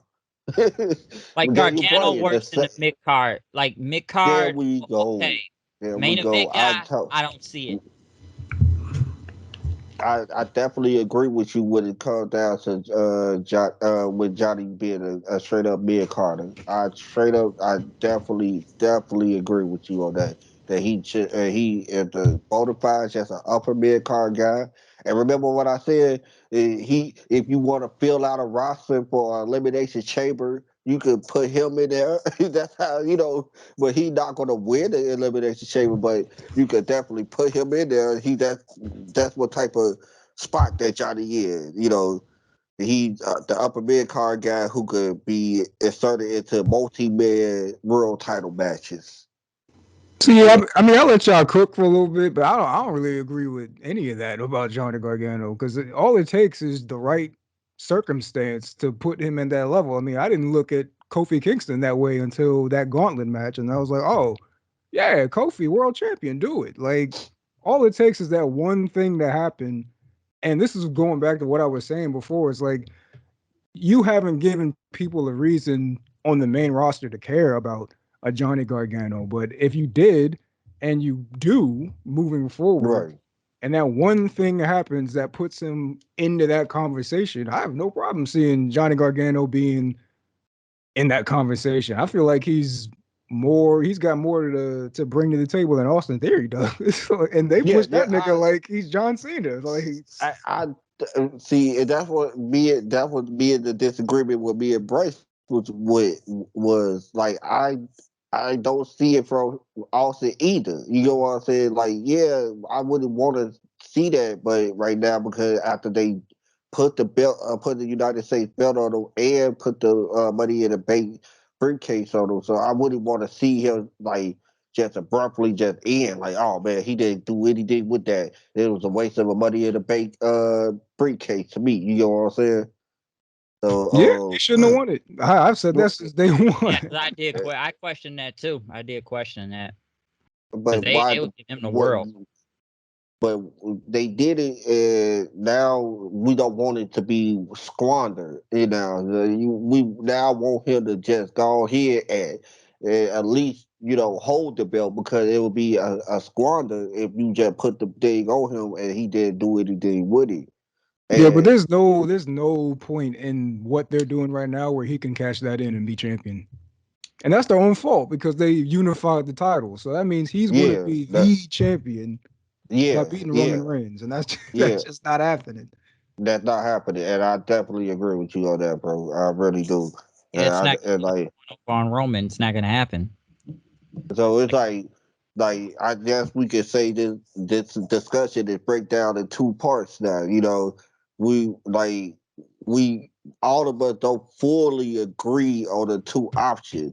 Steven agree with Johnny, and we don't, and we both, all three of us, really don't agree with the Austin theory. So they kind of put themselves in a bind here. Like, we not the only three who said that type of things. You know what I'm saying? We not the only three people who said that type of things. Everybody been saying it for past since Money and Bank ended. Like, why did you do it? What the end games? When he going to cash it in? Is he going to be the main guy who hold both belts? Like, are we serious? Like, it's a lot of questions to that. And I'm not really. I'm not even saying that because I don't think the briefcase is even on the line. But if it was, I'm not even saying that Johnny should beat Austin and he should cash in and become champion. Like, I'm not saying that. I'm just Right, right, saying right. that. I'm just saying that right now I see more value in one than the other. And if you Yeah. wanted to do that, then you have to actually put in the work to make people care about it. Like, I'm a Johnny Gargano fan, but I'm not saying he should beat Roman Reigns either, But it's like Right. you haven't put in the work to do that, to even contemplate that. Like, why? And this is getting back to the larger point where we were talking about damage control like 20 minutes ago, that you haven't put in the work to make people care about damage control other than A just silly bringing little them on the video show. package. Yeah, it's Right. like, Or a hey, little video package. Like what Tony because they Khan were in do. NXT.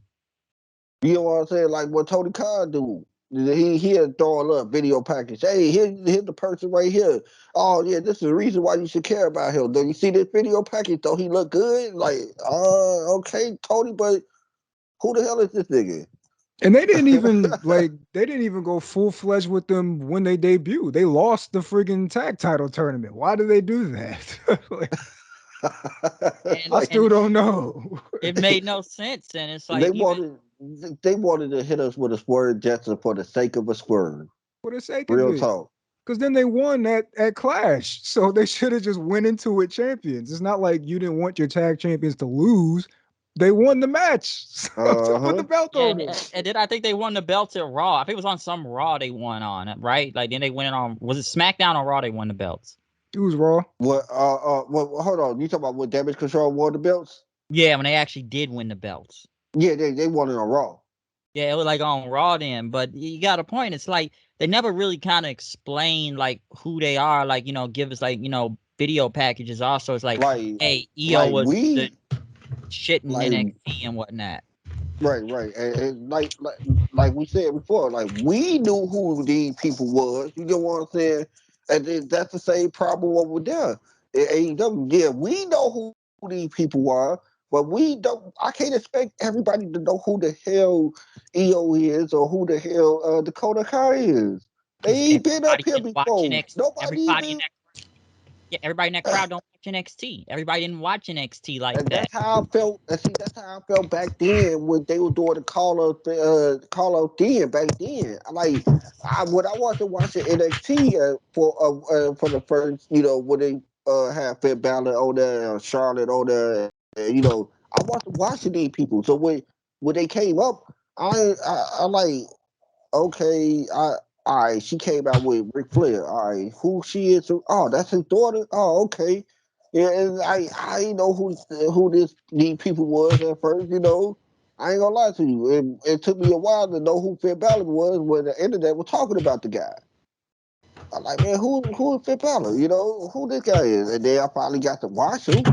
But that's how it is to most of these fans who watching Dakota, who watching EO, and they look like, oh, okay, why should I care about these people?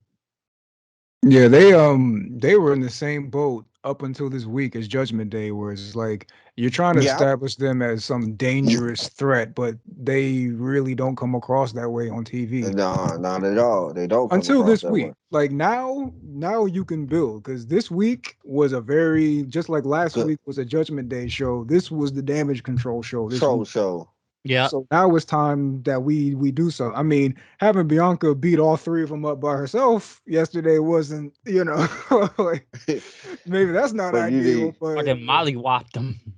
but we can now's the time where you can be like, all right, Bayley's pissed she lost. Bianca still didn't beat her. She just climbed the ladder or whatever. So now you can start cooking with damage control now. But yeah, everything they yeah. established before this week, I have no idea why anybody would care about about damage control. Because like I knew Bianca was gonna go over in general, and I do believe they will probably still continue this feud because it's like who else were they gonna move Oh, Bianca to too. next then Right. and whatnot.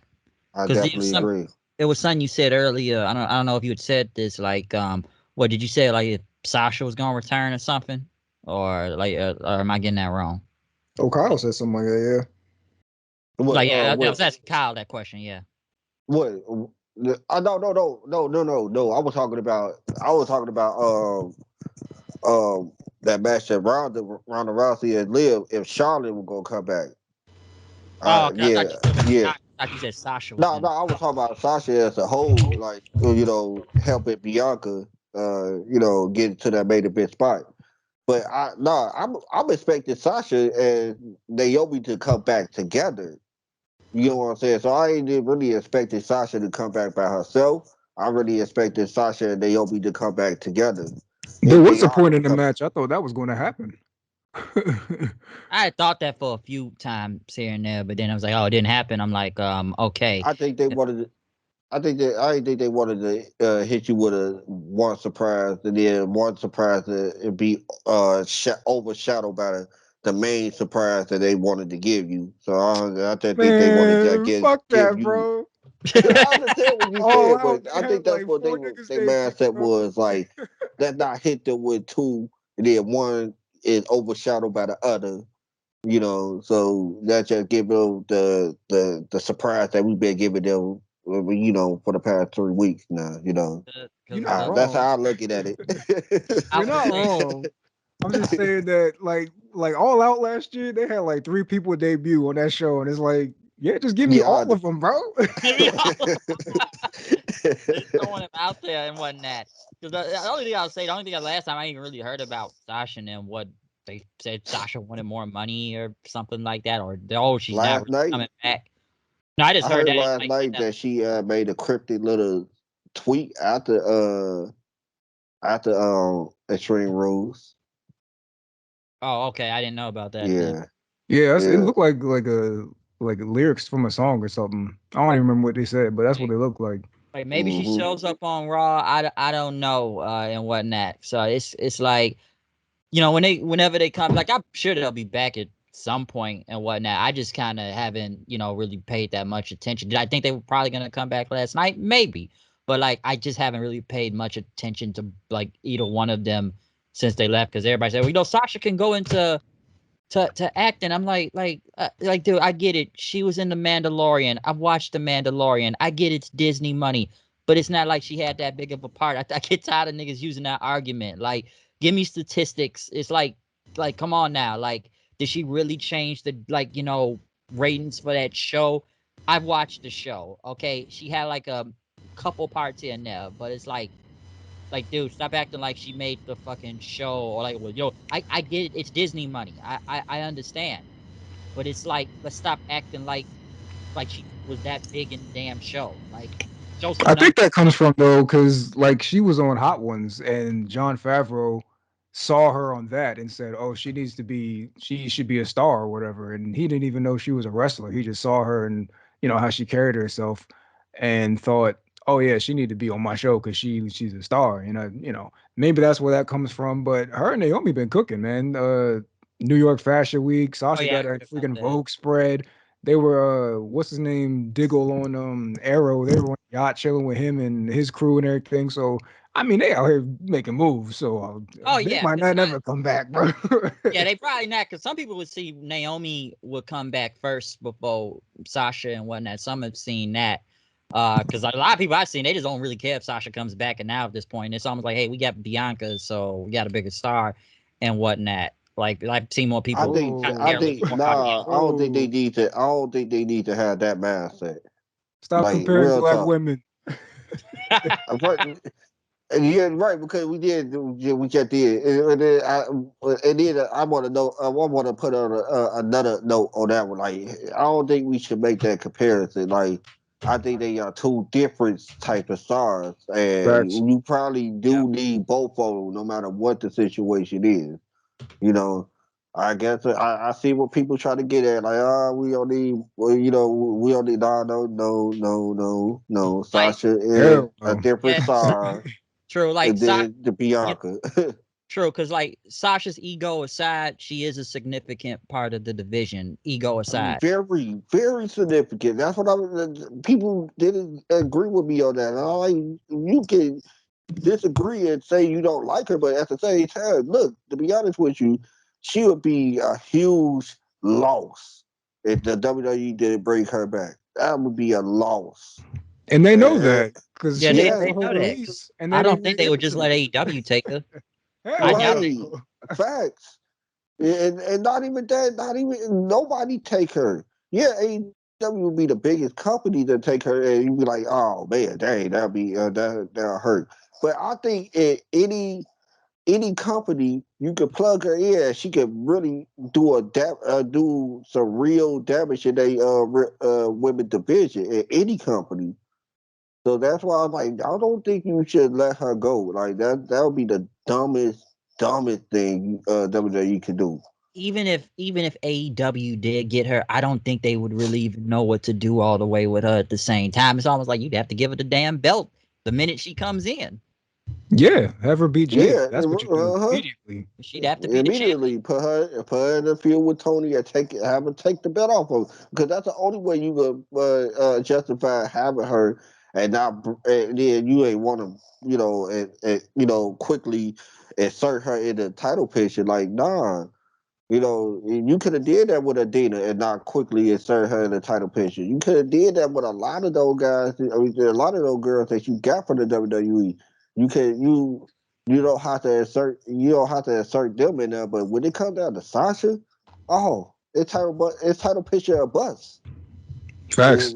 Like it has to it have to happen. Like it'd be no other way. Okay, like you'd have to put the belt like damn near immediately. It's not like the others that have already came into the company. Even with Paige, and Paige can't even wrestle. We don't know if she can wrestle yet, but it's kind of almost the same thing. And whatnot.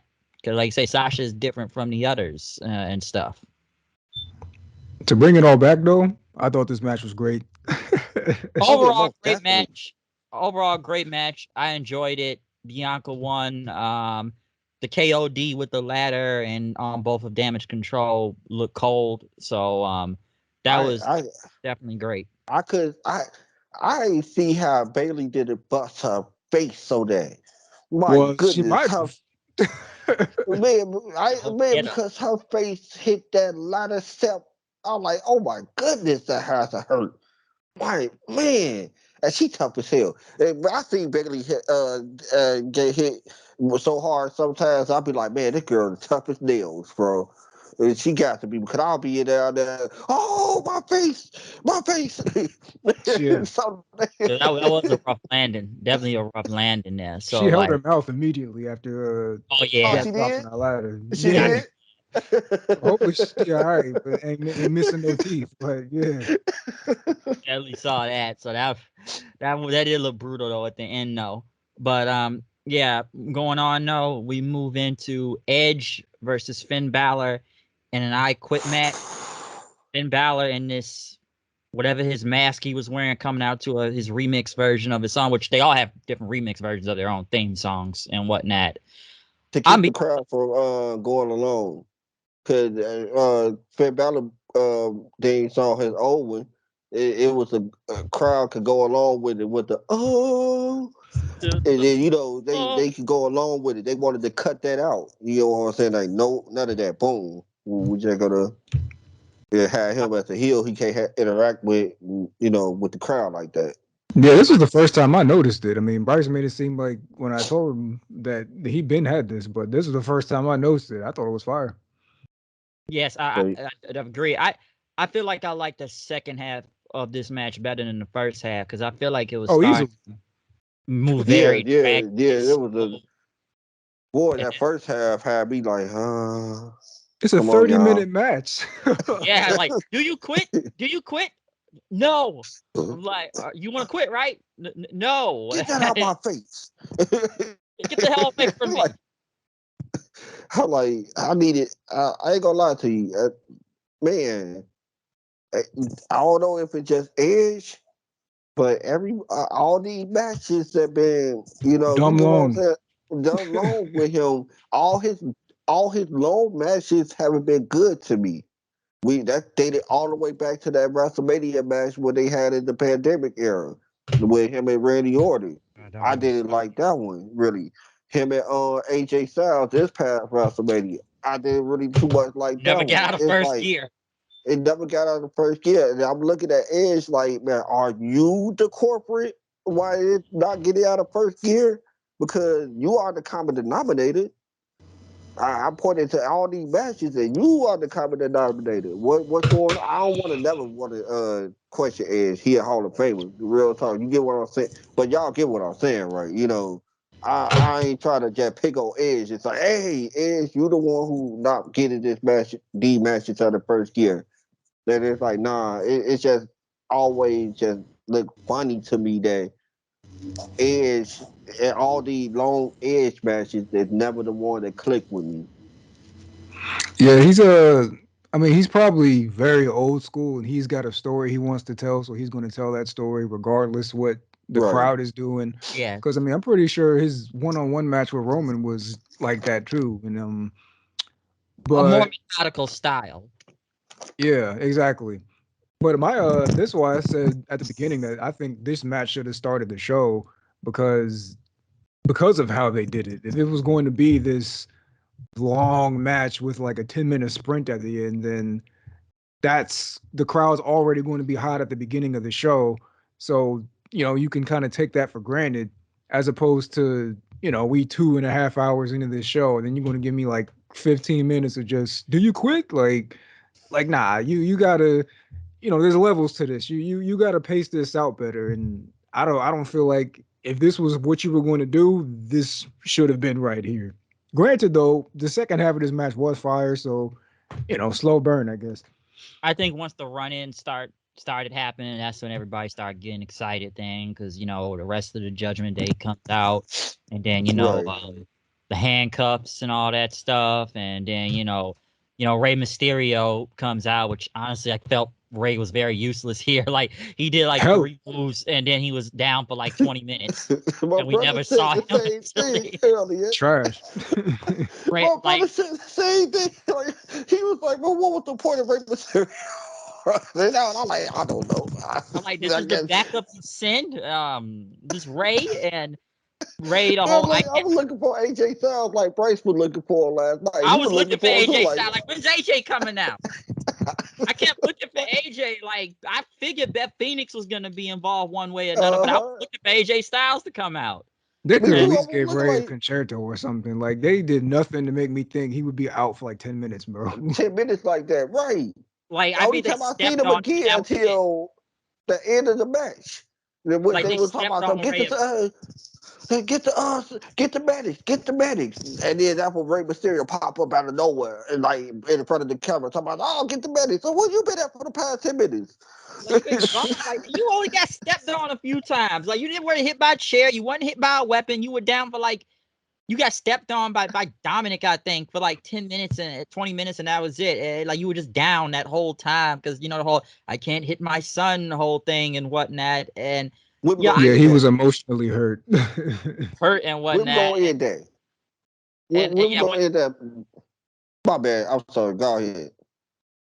Yeah, but you got a point though. Like, how long are we gonna keep that train rolling with Ray? Like, I can't hit my kid. I can't hit my kid and whatnot. I get it, but how long is this gonna keep going? And he just keeps getting jumped and whatnot. And it's a good thing they even put Dominic even in this group because I'll be honest, the guy wouldn't have got over on his own. Even right now, I think he looks like a waiter at the Olive Garden with the button-up shirt and the slick back hair and whatnot, because they playing Ripley with her being the master manipulator of him, which even I thought was kind of weird when he said, "This is my new daddy now." I'm like, oh, okay, dude. Like, okay, so you like getting fucked in the ass or some type of shit? Like, you must like getting head. What the fuck is going on? Like for real now. I'm sorry. Like, is he getting anything out of this? Because it looks like this is like some reverse type of thing and whatnot. Okay. Okay, I hear you, but that was wild. Intro segment for a loop. I've been hearing this all come 3 weeks now. Like, I look at Dominic and listen, and I wish I had Gerard on here with me too, because we was talking about this Friday. It's like, you look at Dominic sometime. It's like, I'm not gonna go and say he's gonna be like the new David Flair or something like that, as in a second generational talent and whatnot. But even I kind of look at Dominic sometimes. It's like, he is lucky he is in the position he is in because of Rey Mysterio right now. Because even I've said it before, this guy should have started off on NXT first before anything. They just had him in the ring with the best of everybody and whatnot. And even Ray looks better than him half the time out there. Like, I get you're like Eddie's son also and whatnot. The mullet kind of gives it away. I'm like, like whose kid is this really out here when you think about it sometimes? But and stuff. But like I look at Dominic, it's like it's working, but it's just like sometimes I feel like it's not working at the same time and whatnot with him out there. Okay, because I still feel like all of Judgment Day, which they have been doing their best to put heat on them, even like I said, this worked tonight. But before, I just felt like all of them look like the ballers from Grand Theft Auto San Andreas in some ways, with all the purple bandanas hanging on their back. Yeah. So I really think of that sometime. But like, I just look at Dominic. Some would feel like this guy looks like he's either like 12 out there, or like give this guy some new gear, or some would say he needs to get some muscle. That Ray even has more muscle than him out there, and Ray's not that big of a dude, but he's big as shit though, and muscle wise. Yeah. Like with Dominic, I felt like I'm kind of like the opposite. Like, all right, cool. I'm cool with them, like bringing him up with his pops every day, and I'm actually cool with them, using this storyline to take him away from his pops too. You know what I'm saying? And he had legitimate heat, because I remember that after Carter, that Raw after Carter, he could not talk for nothing for a while because they would not let him. They were bored out of Dominic. Yeah. And they were bored the mess out of. I'm like, oh, they did it. They did it. But here's the thing: he needed to be his own. Not like he could still be in the group. Don't get me wrong, but he needed to be his own man. Like this, his own guy. Who ain't really listening to Rhea like that, or Rhea ain't in his earpiece like that. Like, you know what I'm saying? Like, I don't need him to be controlled by Rhea.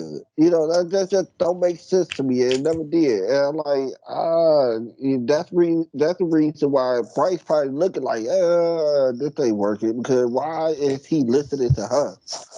Like, this is my new what did she do to make him just say, "Oh, skip my father"? This man who been raising me and putting his body on the line for my lifestyle that I've been living for the past 20 years. Skip him. Huh? What made you wanna turn your back and get your father like that, man? That good, bro. Yeah, he either got something from her, or it was the other way around. She got that good. Man, Australia's a different breed of women. They're a different breed. Man, man, but she must know how to, tighten that thing up or something. Man. She, to me, I'm looking like don't make the lick sense. So that's the on and off thing. What I got with the Judgment Day, period. To me, though, they like, I don't know.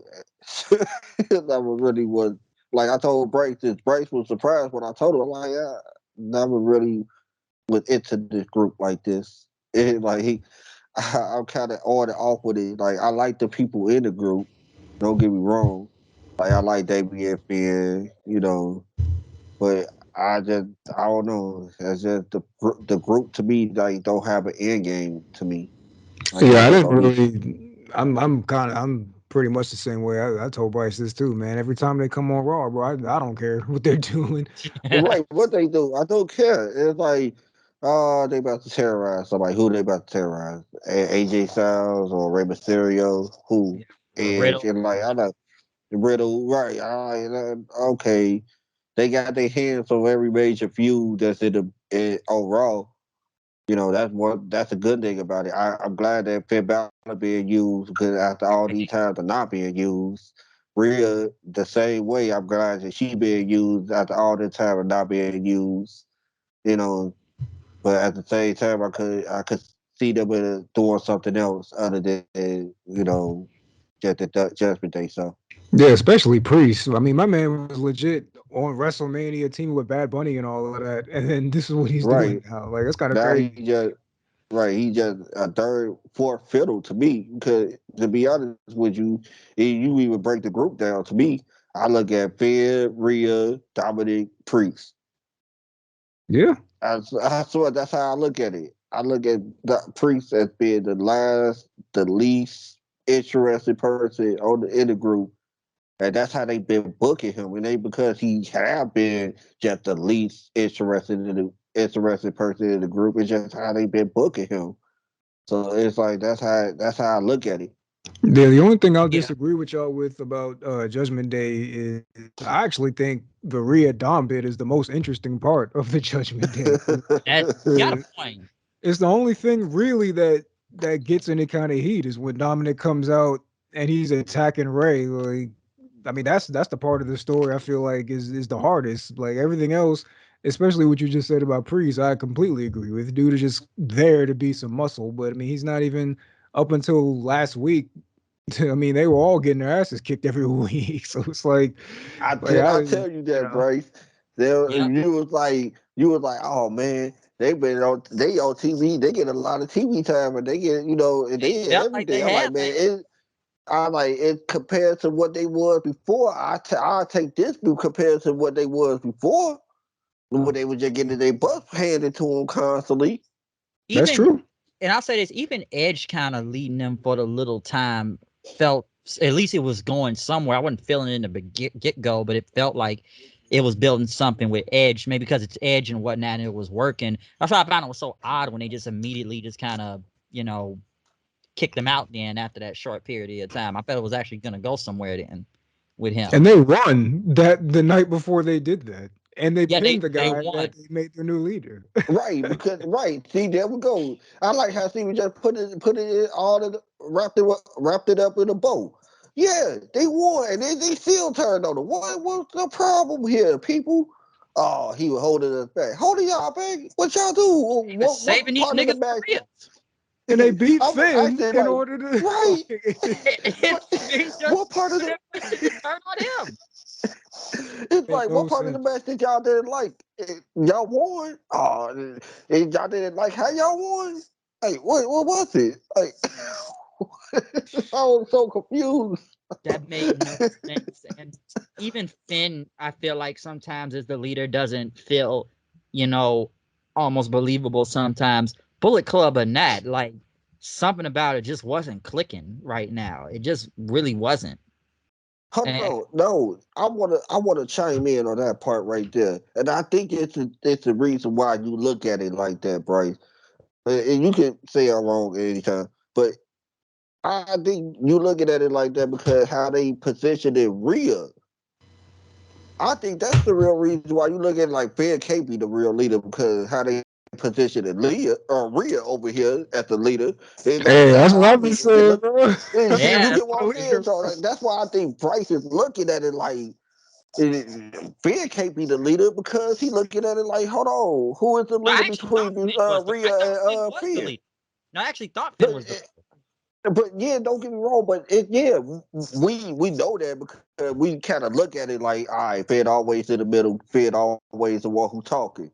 But at the same time, how they position Rhea as like so dominant. You know what I'm saying? Like they position her so dominant and make it look like that she like co-leader with Finn. Like she holds some of the power too. Really? President, like a vice president type of thing and whatnot. Yeah, vice president, like yeah, I'm saying it toe to toe with Finn. You know what I'm saying as a leader because that's how they got her so dominant. Like she don't, she rarely get her comeuppance. Like last night was like one of the first times that she got her comeuppance. You know what I'm saying? Yeah, with But Beth. now, right? But other than that, like she been untouched. She been nobody cut a promo against her. Nobody, nobody looked like they threatened to whoop her any day. She the leader. And like that's how she looking like It's the like they leader just don't stare. get They can't touched. touch her. They just You stare. get what I'm saying? Leaders barely get touched. Am I right? Like leaders barely get touched, right? Triple H barely got beat up at DX. You know what I'm saying? Or Evolution. It's like people like the leaders barely get touched, and that's how I'm Like looking at Roman. real. Like, and right, Roman barely get touched. You know what I'm saying? Like, and so that's how real looking. Like, man, she barely get touched, and she gets to do anything she want to do. Shoot, I see Finn Balor and Priest always get whooped on. Yeah, Exactly. yeah. Most of the time, it's just her. It's just like, all right, Dominic, this is what you're gonna do. Just whisper in his ear, and he's just gonna follow command and whatnot, and just go with whatever she says and everything. So that's kind of the thing when you look at it and whatnot. That's why I keep saying like, this is my new family now. This is my new daddy and all that stuff. So I think that's why. But what about Beth out there? What y'all think about Beth getting Oh involved? man, Because I figured she was gonna get involved anyways. Beth was a nice little touch to it. I liked it, and I liked it. That was probably the only part that I really liked. Well, after the whole match was the whole theatrical scene, with Beth got knocked out with the concerto, and everybody came out and was all, "I'll get the medics, get the medics." Like that was like really one of my favorite parts of that match. Was that. Yeah, if they trim this match down to like just take 10 minutes off of it, then it would have been Yeah, perfect. Because yeah, it everything would they have been did, like in the second half of it, everything hit, one like with the hit. crowd and everything. But Yeah. yeah, that whole Rhea and Beth bit did exactly what it was supposed to do. It made you want Beth to come back and kill her. So, you know, Mm-hmm. 5 stars for that. But it's just a shame that it was like 15 minutes gone by of just kind of like, you know. Yeah. That's what I could say about the match. The match was decent. Like Steven said, I could definitely shave 20 minutes. I mean, not 20, but 10 minutes off, please. Damn. I say 20? My Yeah, bad. it didn't need to Yeah, go my that long. bad. Not 20. Not 20. Yeah, I only gave them 10 minutes. it didn't need to go If that it ended, long and bro. whatnot. Like I said, you could have kept the part with everybody interfering and telling Edge like, if you don't say I quit, we're gonna concerto her and whatnot. And then they end up she ends up getting concertoed anyway. Right after that, but I still had kind of question like, where the hell was AJ Styles at and whatnot? Because I feel like next after this, it's probably gonna be an 8-person tag. It'll probably just be Judgment Day versus Edge, Ray, AJ, and Beth. That's what I feel like was coming next. Oh, well, shoot. War games? I mean, I'd rather them just do Rhea versus Beth, honestly. Like, Yeah, I don't need them two to be in a tag a huge tag match like that. That's like 8 men. You said, like, oh no, I don't need that. I need I would want to see, Beth versus Rhea by themselves, and Rhea get a huge push after that. She should be the one to beat Bianca. I mean, it'll probably end up being Charlotte, Woo! but it should be Rhea. Honestly, It I've been should be saying that Yeah, for Rhea. 'cause like. that match was gonna happen at one point until What like before Rhea got injured? Rhea got injured before SummerSlam. yeah, because that was supposed to happen and it didn't end up happening. So they probably will go back to that, and I could see that happening right now because right now with Bianca's challengers, like who else they got right now for Bianca to face and whatnot. So I could see Ripley being the next big one to go for the title and whatnot. Yeah, the reign is only as good as the challenger. So I mean, Yeah, there we we've go. exhausted Sleeve. all our options. Yeah. Outside of bringing people back, it's hmm Rhea, and that's it. Yeah. True. And like bro said, because here's the thing. That's the reason why Liv title reign didn't look all that good either. That was a huge part.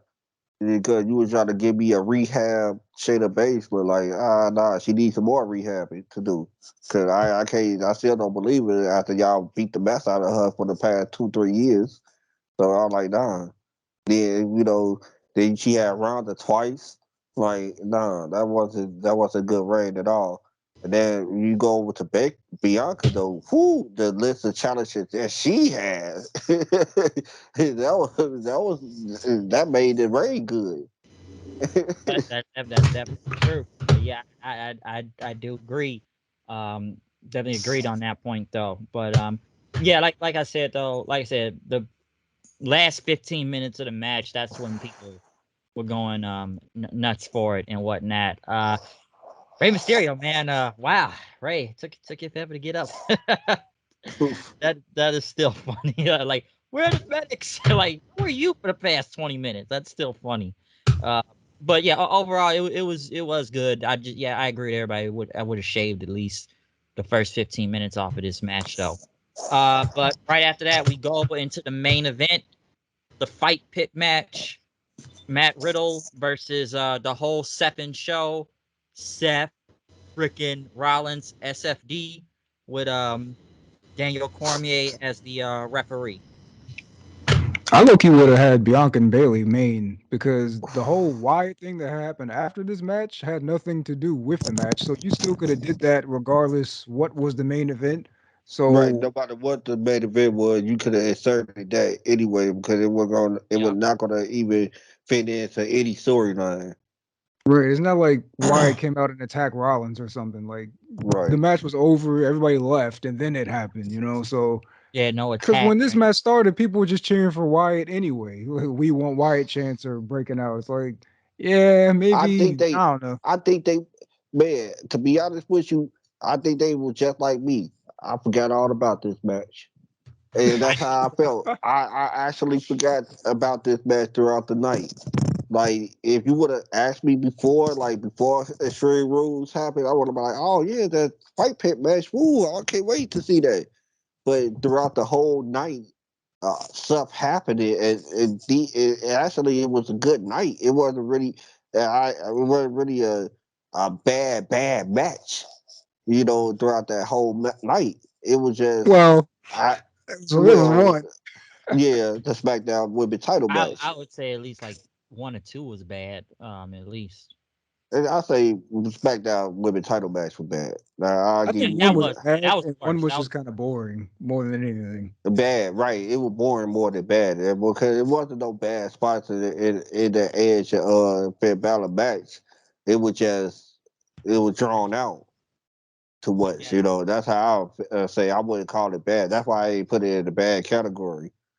But after all what happened throughout the night, you kind of forgot about oh man, we got a fight pit match now. Oh shit, dang, we forgot all about this match. And then it's like now we got to sit through this match to even get our surprise that we've been waiting for throughout the whole night. I remember one of you guys said to me yesterday, like, "This is the main event." I said, "Yeah, it's the only match that's left, so yeah, it's got to be the main I, event." And what? yeah, I was very surprised. It And had it. I'll say this. I don't mean to interrupt, but like I like the fight pit. I liked it in NXT. I really did enjoy it. I know some people didn't like it for some reason. I liked the fight pit. I thought it worked. I thought it was really good and whatnot when they were doing it down there. I don't know how many people knew what the fight pit was here if they actually did watch NXT and that. Like Riddle's been in it before, so we've seen Matt Riddle in a fight pit match. Oh, okay. Right. And he Seth, lost.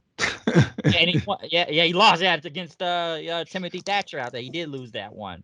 Before he went up to the main roster, and I know they had him go against RVD clone Seth Rollins wanted to dress like RVD, which is kind of funny. He's somewhat dressed like RVD, and he's somewhat facing almost like a copy of RVD when you think about it. Like I've always thought Riddle was like a goofball version on him. Like it's proven that anymore, but I felt like that at one point. Like he was like the goofball version of RVD. But like I said, this wasn't bad. It was still good. Cormier was a nice touch. Like he wasn't bad out there as the referee. I thought it was funny that he didn't count half the time. Like dude, count. Why are you not counting? And whatnot. I felt like the finish was probably the biggest thing of this whole match. Well, the big senton and whatnot when Riddle did that off the whole fight pit cage and everything. But it just I looked like people didn't care that much. I want to say one thing about about that match, and I think the reason why like people would looking at it like that was like the reason why Timothy Dasher and versus Riddle worked at NXT, because Timothy Dasher was booked as a shooter.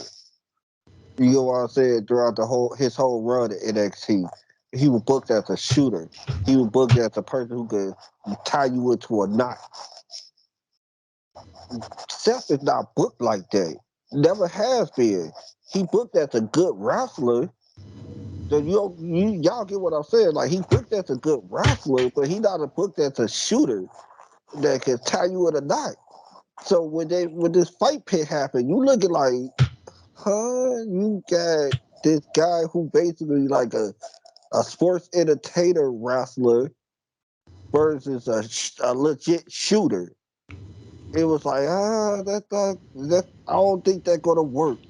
And it showed it didn't really work. It was okay, it was all right, but for these two guys to be at the level they are, you would think this match would have been a lot better than what it was. Yeah, they should have made this, and it's their own fault because they're hell bent on making the pay per view after it. This should have been Hell in a Cell, man. Because then you have, just like the old days, like a very personal rivalry that's going to end in Yeah, Hell in a Cell. But because they're yeah, hell bent on doing it at a certain time of year on pay per view, whatever. So I completely agree that the fight pit is better served with shooters, because they Yeah, had Champa and Thatcher do the other one because Champa is a roughneck, I'm a kick a your ass rough kind of guy. dude. Yeah, yeah, it worked for that worked. It worked with Champa too. I forgot all about that. Thank you. It worked with So yeah, Champa too they because easily should have just made this Hell in a Cell. And plus, people would care more if it were Hell in a Cell because at the end of the show, like I said, they only cared about why. Like you said, they didn't get on their hand. They sat on their hands for really this whole match. And I feel like if it were Hell in a Cell, then it's like, oh well, that's something more to look forward to for a main roster crowd. yeah, even and I'm not knocking Triple H for wanting to try something a lot different than what everybody sees. People the main roster didn't really get to see the fight pit matches. So I see what he wanted to do by giving up the fight pit match. But at the same time, it just in theory it did work because on the simple fact that you had Seth Rollins who's not a shooter, who not booked that like a shooter, and he doing all this taunting and look at me, I'm Seth Rollins. And you like that's what you supposed to do because you was a Seth Rollins character, and he does that, but not in the fight pit match. We don't need No. no taunting in no fight pit matches. It's like nah, we need fighting, and yeah, that's why it didn't really work. because like I said before, at least with Riddle is a former MMA fighter, and same thing with Thatcher there. He's a shooter and whatnot, and you can go with Champa because Champa is rough. Like it just did not work here. And even in the finish of this match, it's like, yeah, Riddle won. He finally got the win over Seth. But, when he had that submission hold in and he won, it didn't look like the crowd reacted that much. It just kind of came over a little bit flat. I don't think they were expecting that to end the match. Right. Because it was so many spots that was back and forth. They thought that was going to be one of the back and forth match spots. Yeah, it was a lot of RKOs and curb stomps and whatnot. So that's what it was. Nobody didn't expect the whole submission hold. And like I said, I think the only time the crowd popped was for the big senton Riddle getting on top of it. I think when they saw climbing up, that's what everybody saw raising up again. Like, oh, okay, whoa, they climbing up on top of the fight pit. What's going on? What they gonna do up here? And then that's what everybody saw waking up again. Because they knew it was gonna be a big spot was about to happen. Yeah, and DC didn't really factor into anything at all. Like, you could have had anybody be the referee for this match. Didn't Ken Shamrock say he had wanted to be part of it online? Ken Shamrock thought he should have been. I know he'd been saying stuff on Twitter about it recently that, he kind of wanted to be in that whole thing, like the ref. Because remember, Ken Shamrock was in the Lions Den match, which was basically just a precursor to your fight pit. I mean, but it didn't even. If it was Ken Shamrock, nothing would have changed either because they didn't. Right. He didn't factor into it. Like at the very beginning, they did that little bit where they shoved him or whatever, but that was it. Just like Jeff Jarrett at SummerSlam. Like that's the extent. That's a perfect example. Just there to be there. Perfect example. He was just there. And you want me to give y'all another example though? It's a while back. I know y'all remember this match, Daniel Bryan versus John Cena SummerSlam. Triple H was the guest referee. That's the same thing. At least he did something after that match, but basically throughout that whole match, you barely even knew Triple H was the special guest referee until you looked over to the side. Oh man, Triple H, y'all, I forget you was a special guest referee. That's how it was. It's like Cormier was just there just to be there. Like, oh, okay, Cormier is a special guest referee for this match. He barely even did anything. He, like you said, they shoved or I'm the referee and you better not shove me again type of spot. And they did. Yeah, and that was kind of it. It's almost like hey guys, we got a legit UFC fighter as the special guest referee. He went against John Jones and all that. More than just legit, bro. That nigga is just a legend. He can, man. He can.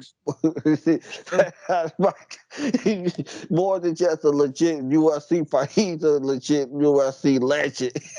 That's why they didn't push him. There you go. There you go. Yeah. But like y'all said, it's like we were just waiting. It was like, all right, come on, all right, this match decent. Come on, where Riot at? Where Bray at? It's like you said, like the minute it just ended, Seth walks away, Cormier's holding up Riddle's arm, and then the lights go out, and then we move on into basically Wyatt and whatnot, and we saw the Firefly Funhouse people. Apparently one of them was Joe Gacy, by the way. But we saw, the pig, Huskus, and the rambling rabbit. I was afraid the Fiend was gonna be back. I'm like, no. Yeah, Fiend mask and the Funhouse all like deserted and whatnot. And Wyatt just kind of comes out with like it looks like an octopus mask. I couldn't tell which one it was, but then he's got his old lantern back and everything, and then you hear the whole he's got the whole world in his hands thing, and says we're here, and just blows the lantern out, and that's the end of the show. Like, let me ask y'all this question: did any of y'all really pay that much attention to all these like white rabbit clues when the QR code throughout the night? I saw it at the beginning when Sheamus and them was coming out, but like, did anybody pay attention to as long as it was on? Has anybody paid that much attention? I noticed it here and there, but like, there was some I just didn't see it. You talking about tonight only or throughout the weeks? Well, throughout the whole thing, just all the whole week. How many people like really did y'all pay attention to it? Me personally, Bryce, I didn't do it. My brother and my cousin was doing the QR code and stuff on their phone. Me personally, I ain't gonna even lie to you. I'm not that much of a technology savvy person with this phone stuff. I ain't gonna even lie. I don't know how to pull up the QR code sometimes. So I let my brother do it. You know what I'm saying? I let my brother and my cousins. And we would see the cryptic messages and something like that. It was fun. I ain't gonna lie. It was very fun to do it because I know about the White Rabbit. I love that song, by the way. Anyway, by Jefferson Airplane. I love that Oh White yeah, Rabbit song. I every love that song. commercials. Classic, 1960s. You know what I'm saying? I love that song. But it was going on to the point that it was like, all right, cool. The first couple of weeks were cool. You had us thinking and stuff like that. But like, I guess when we got towards the go home week, I thought they were just gonna stop. You know what I'm saying? And then let our mind wander. You know what I'm saying? Let our mind wander until Extreme Rules. They would continue with it, and they was trying to constantly throw you off, like people like Bryce said about Joe Gacy. They don't, they were trying to throw people off and all that stuff. But I was just thinking to myself, like, yeah, it was fun to follow along with it. But after a while, I needed to, if y'all were going to show me the reveal or not. Like I kind of got sick of it after a while. They had to do it tonight. Well, tonight, yesterday. If they didn't do it yesterday, then then people. I feel like the majority of people would be like, "All right, come on now." Like, I'm done with so it. yeah, they picked the perfect time to do it. It couldn't have gone any further than that. But to answer the question, no, I didn't do it either. Because when I'm listening to podcasts or whatever, they pretty much somebody did it and they just show you what happens. So I'm like, I can get all the Yeah, shit without doing it myself. So you're And right. I understand what you're saying. I will say this, like, I had it sent to me, like, people send me the thing, and, I looked at it then. Because it's like, I had saw it a few times, and yeah, like, I wish I Isaiah, because he was, like, a big fan of this. I didn't really pay much attention to it. Like, I knew it was Wyatt coming back, don't get me wrong.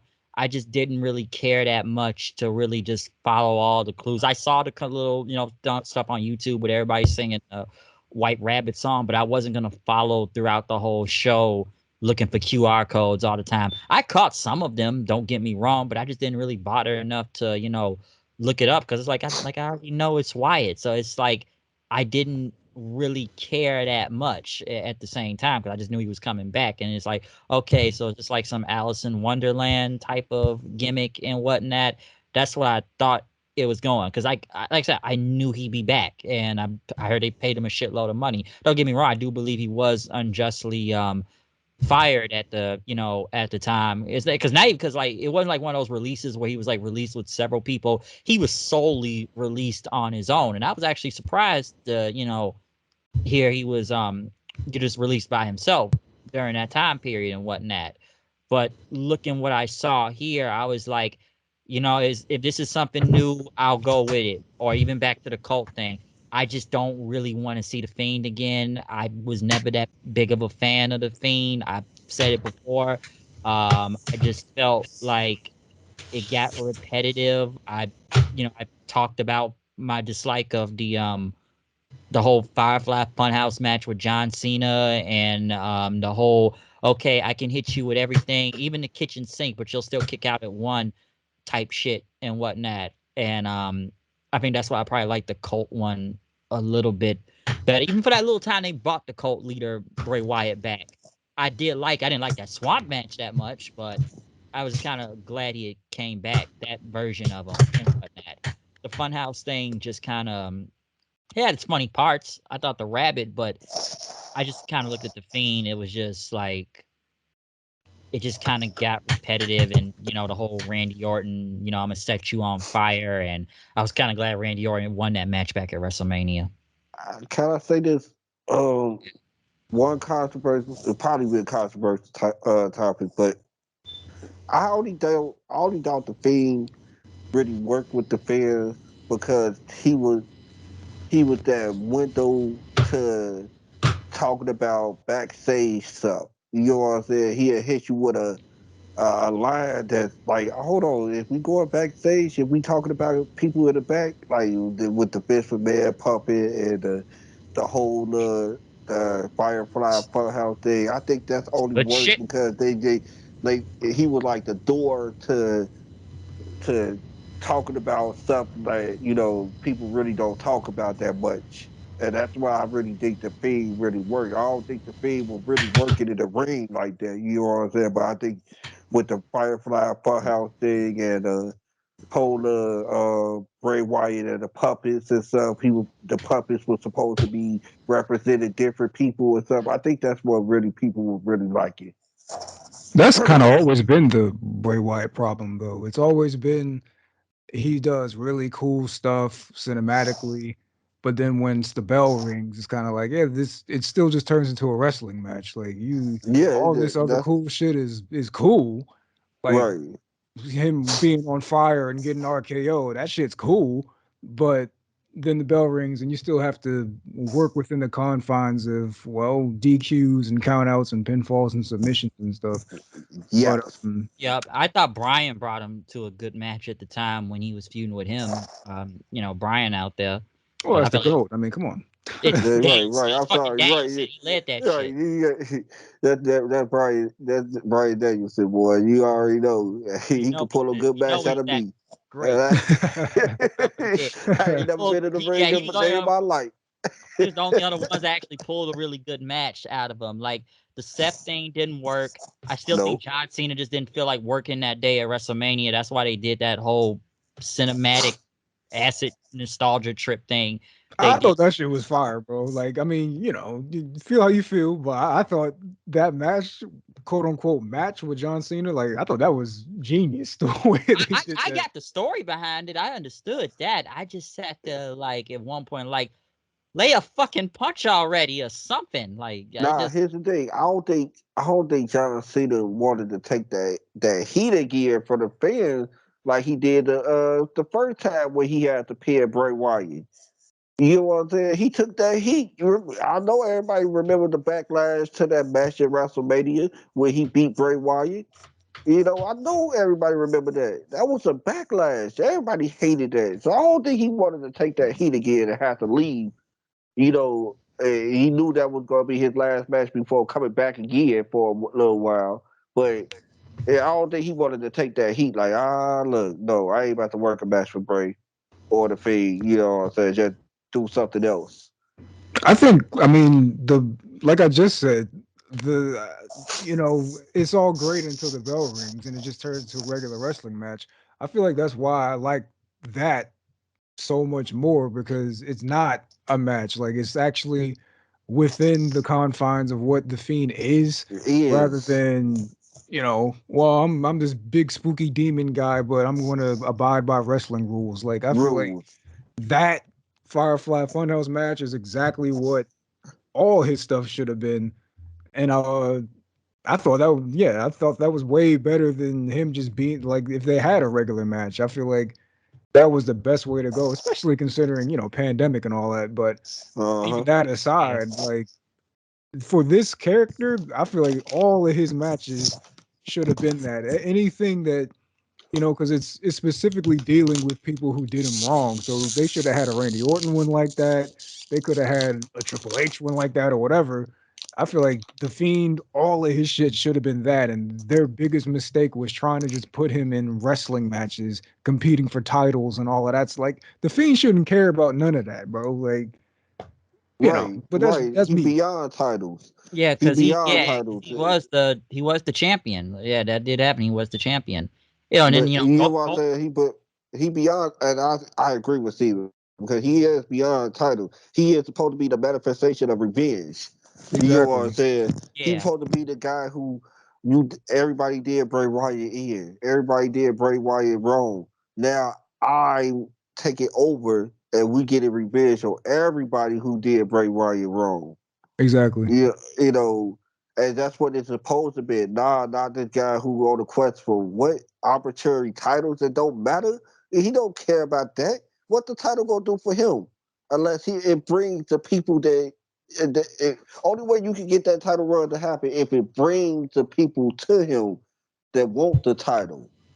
You know what I'm saying? Oh, you want the title? The person who did me wrong, you gonna have to go through me to get this title, but I still go. I'm acting my revenge on you though, and you just came to me because you want the title. That's the only way that's gonna work. But other than that, like it was like the Undertaker with titles. Like, why do he need a title? The spooky man who can don't like me out of his head. Why he need a title?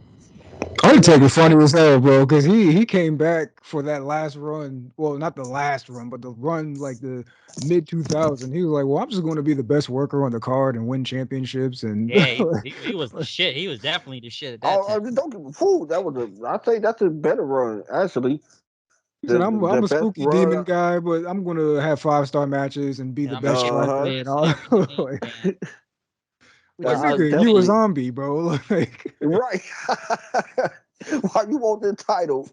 it was either that or we just go back to him, being a biker again, just going down, just whipping everybody ass, doing that part, just being the big evil. Which I did like the biker thing also, because even some would say that could have went a little bit longer or whatnot than just I kind of going think back being a zombie. I I think that was only there to really just to prolong the dead man character. Because here's the thing, without that character, we would have had straight Undertaker being the Undertaker that he retired as. You get what I'm saying? We had just had a long elongated thing with the Undertaker being a zombie Undertaker instead of taking those few years off to be the dead man, the motorcycle guy. You know. So I think that had to help him a little bit. It being, I guess technically, human and all that. So like you gotta look at it like that and whatnot. And even like just kind of going with the Fiend and everything. I think a problem with those matches, like I said earlier, it's like, okay, I can hit you with like 3,000 moves, but you still kick out at one. But for some only one reason, Goldberg was at least able to beat him, but everybody else couldn't. see, that's what But I'm here's saying. That's why I think the Firefly Funhouse type match, that is what he should have been doing, because he shouldn't be getting beat by anybody, and he no. shouldn't be wrestling, quote unquote, wrestling anybody either. Like, he should just be exactly what that thing was at WrestleMania with John Cena. Like, because as soon as you pull him out of that and put him in a regular match, yeah, you have to do that. You have to have him kick out of one of everything, because that's what he is. So yeah, I think that's why it was asked, is because they tried to ground him in a reality that the character never was, you know? True, And true. I And remember what I was telling you, Bryce, when it first came out. I was like, "Oh man, I hope it's not like a Dr. Jekyll, Mr. Hyde type of situation. Like he just turned crazy, and like he turned it into a monster, and then he just turned it into a different person, like a more of a psychotic person. After a while, I hope it that, and then it turned into this monster thing, and I'm like, oh, so how we gonna book him into matches that got rules, that he can't just do whatever the fuck he want to do, because you before know? they, and I don't mean to cut you off, because before they kind of just sent the sweater vest version of Wyatt out there to even wrestle matches and whatnot. Like we saw how that went against some people before they relegated back to the Fiend. Because like, okay, Strowman, he can beat the sweater vest, but then we bring regular Wyatt, and then we have this whole swamp thing, and then they try and be like Friday the 13th out there and pull people into the water and all that stuff. Presumably we think he's dead apparently or something.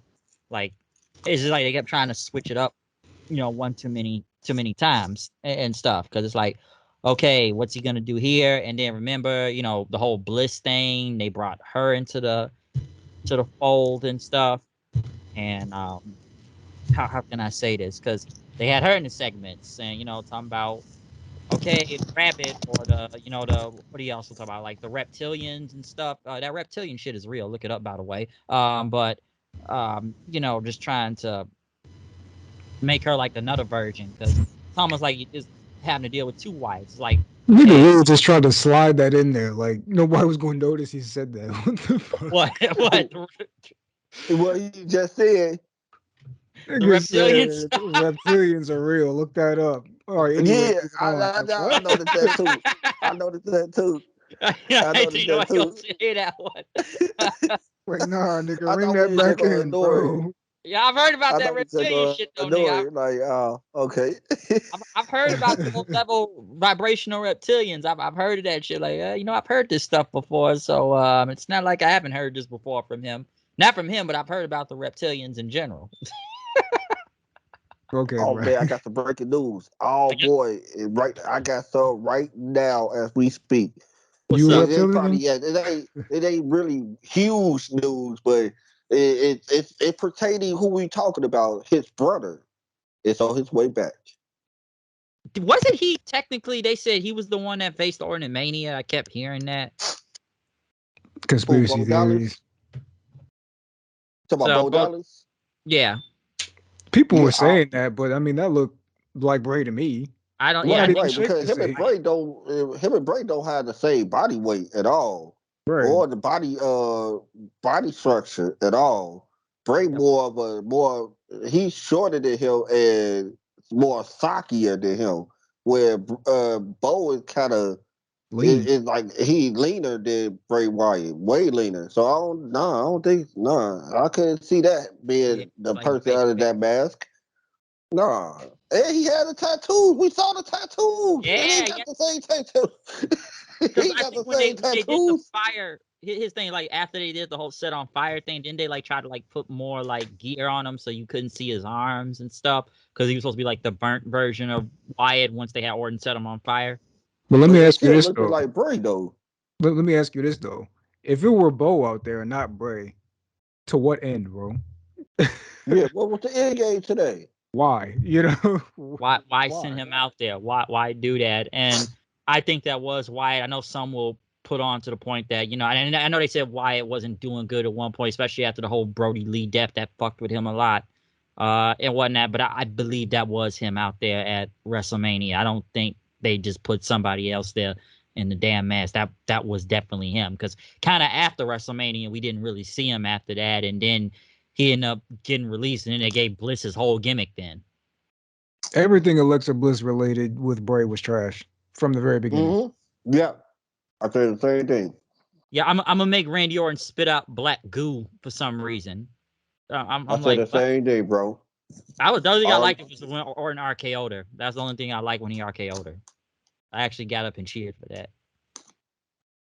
I but mean, yeah, other but than that's that, not regarding the character or anything. I know. I get your point though. I get your point. All right, personal feelings aside, but yeah, the whole adding her to the whole Funhouse thing was just kind of like why in a way, and oh, she's helping him, stalk Randy Orton and whatnot. And yeah. set on fire and the lights here and there.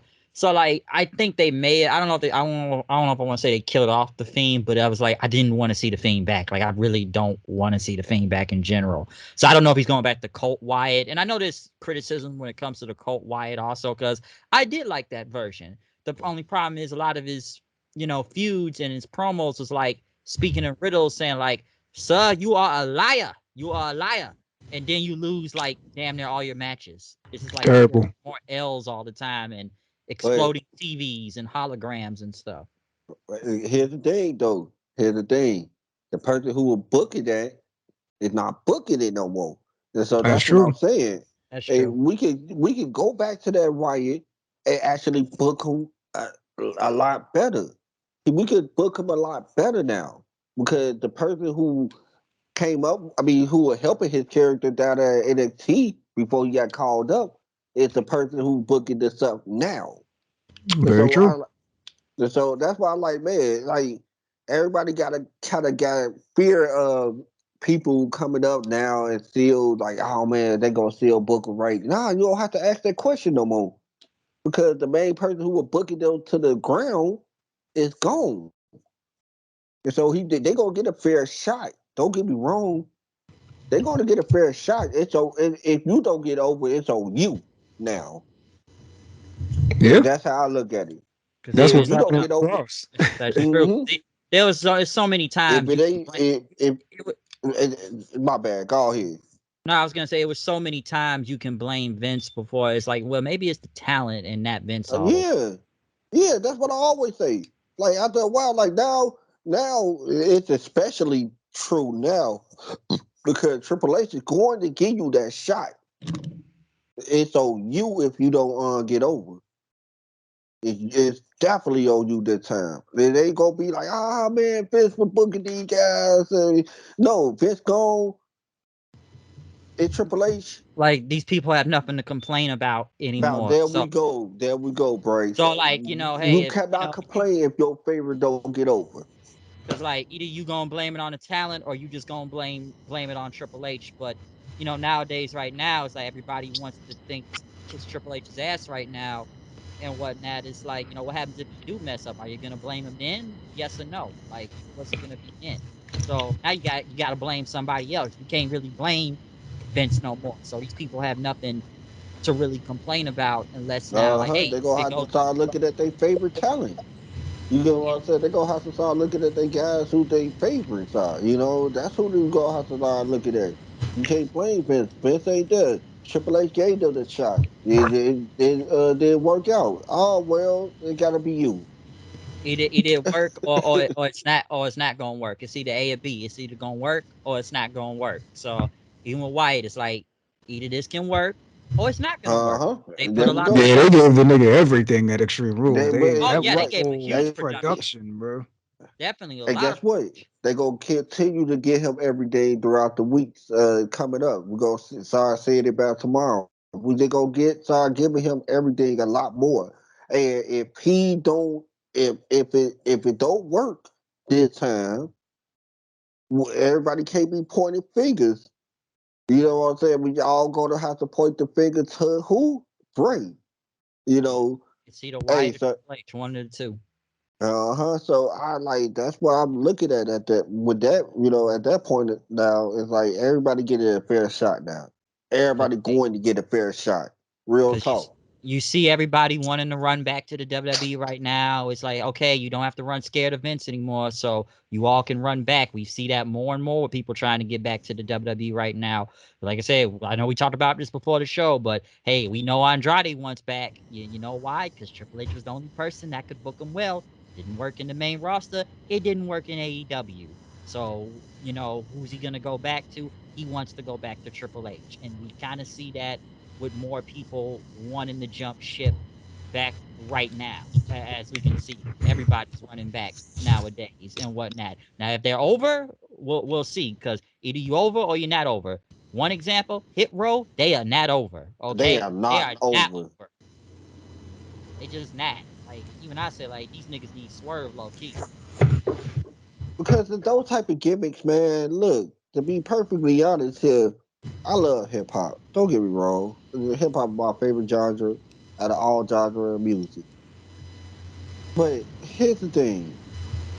I don't care about your hip hop abilities or your spinning ability when it comes down to the wrestling show. I don't care. They ain't what I came for. Can you make a promo? Can you make a promo that make me want to watch your match? If you can't, I don't know what to tell you because that's how they is right now. None of their matches that I'm like, oh man, I can't wait to see this hit row match. No, and I don't think they bad either. They are decent. I ain't mad. I ain't thinking that they crap or anything. I just don't think they over.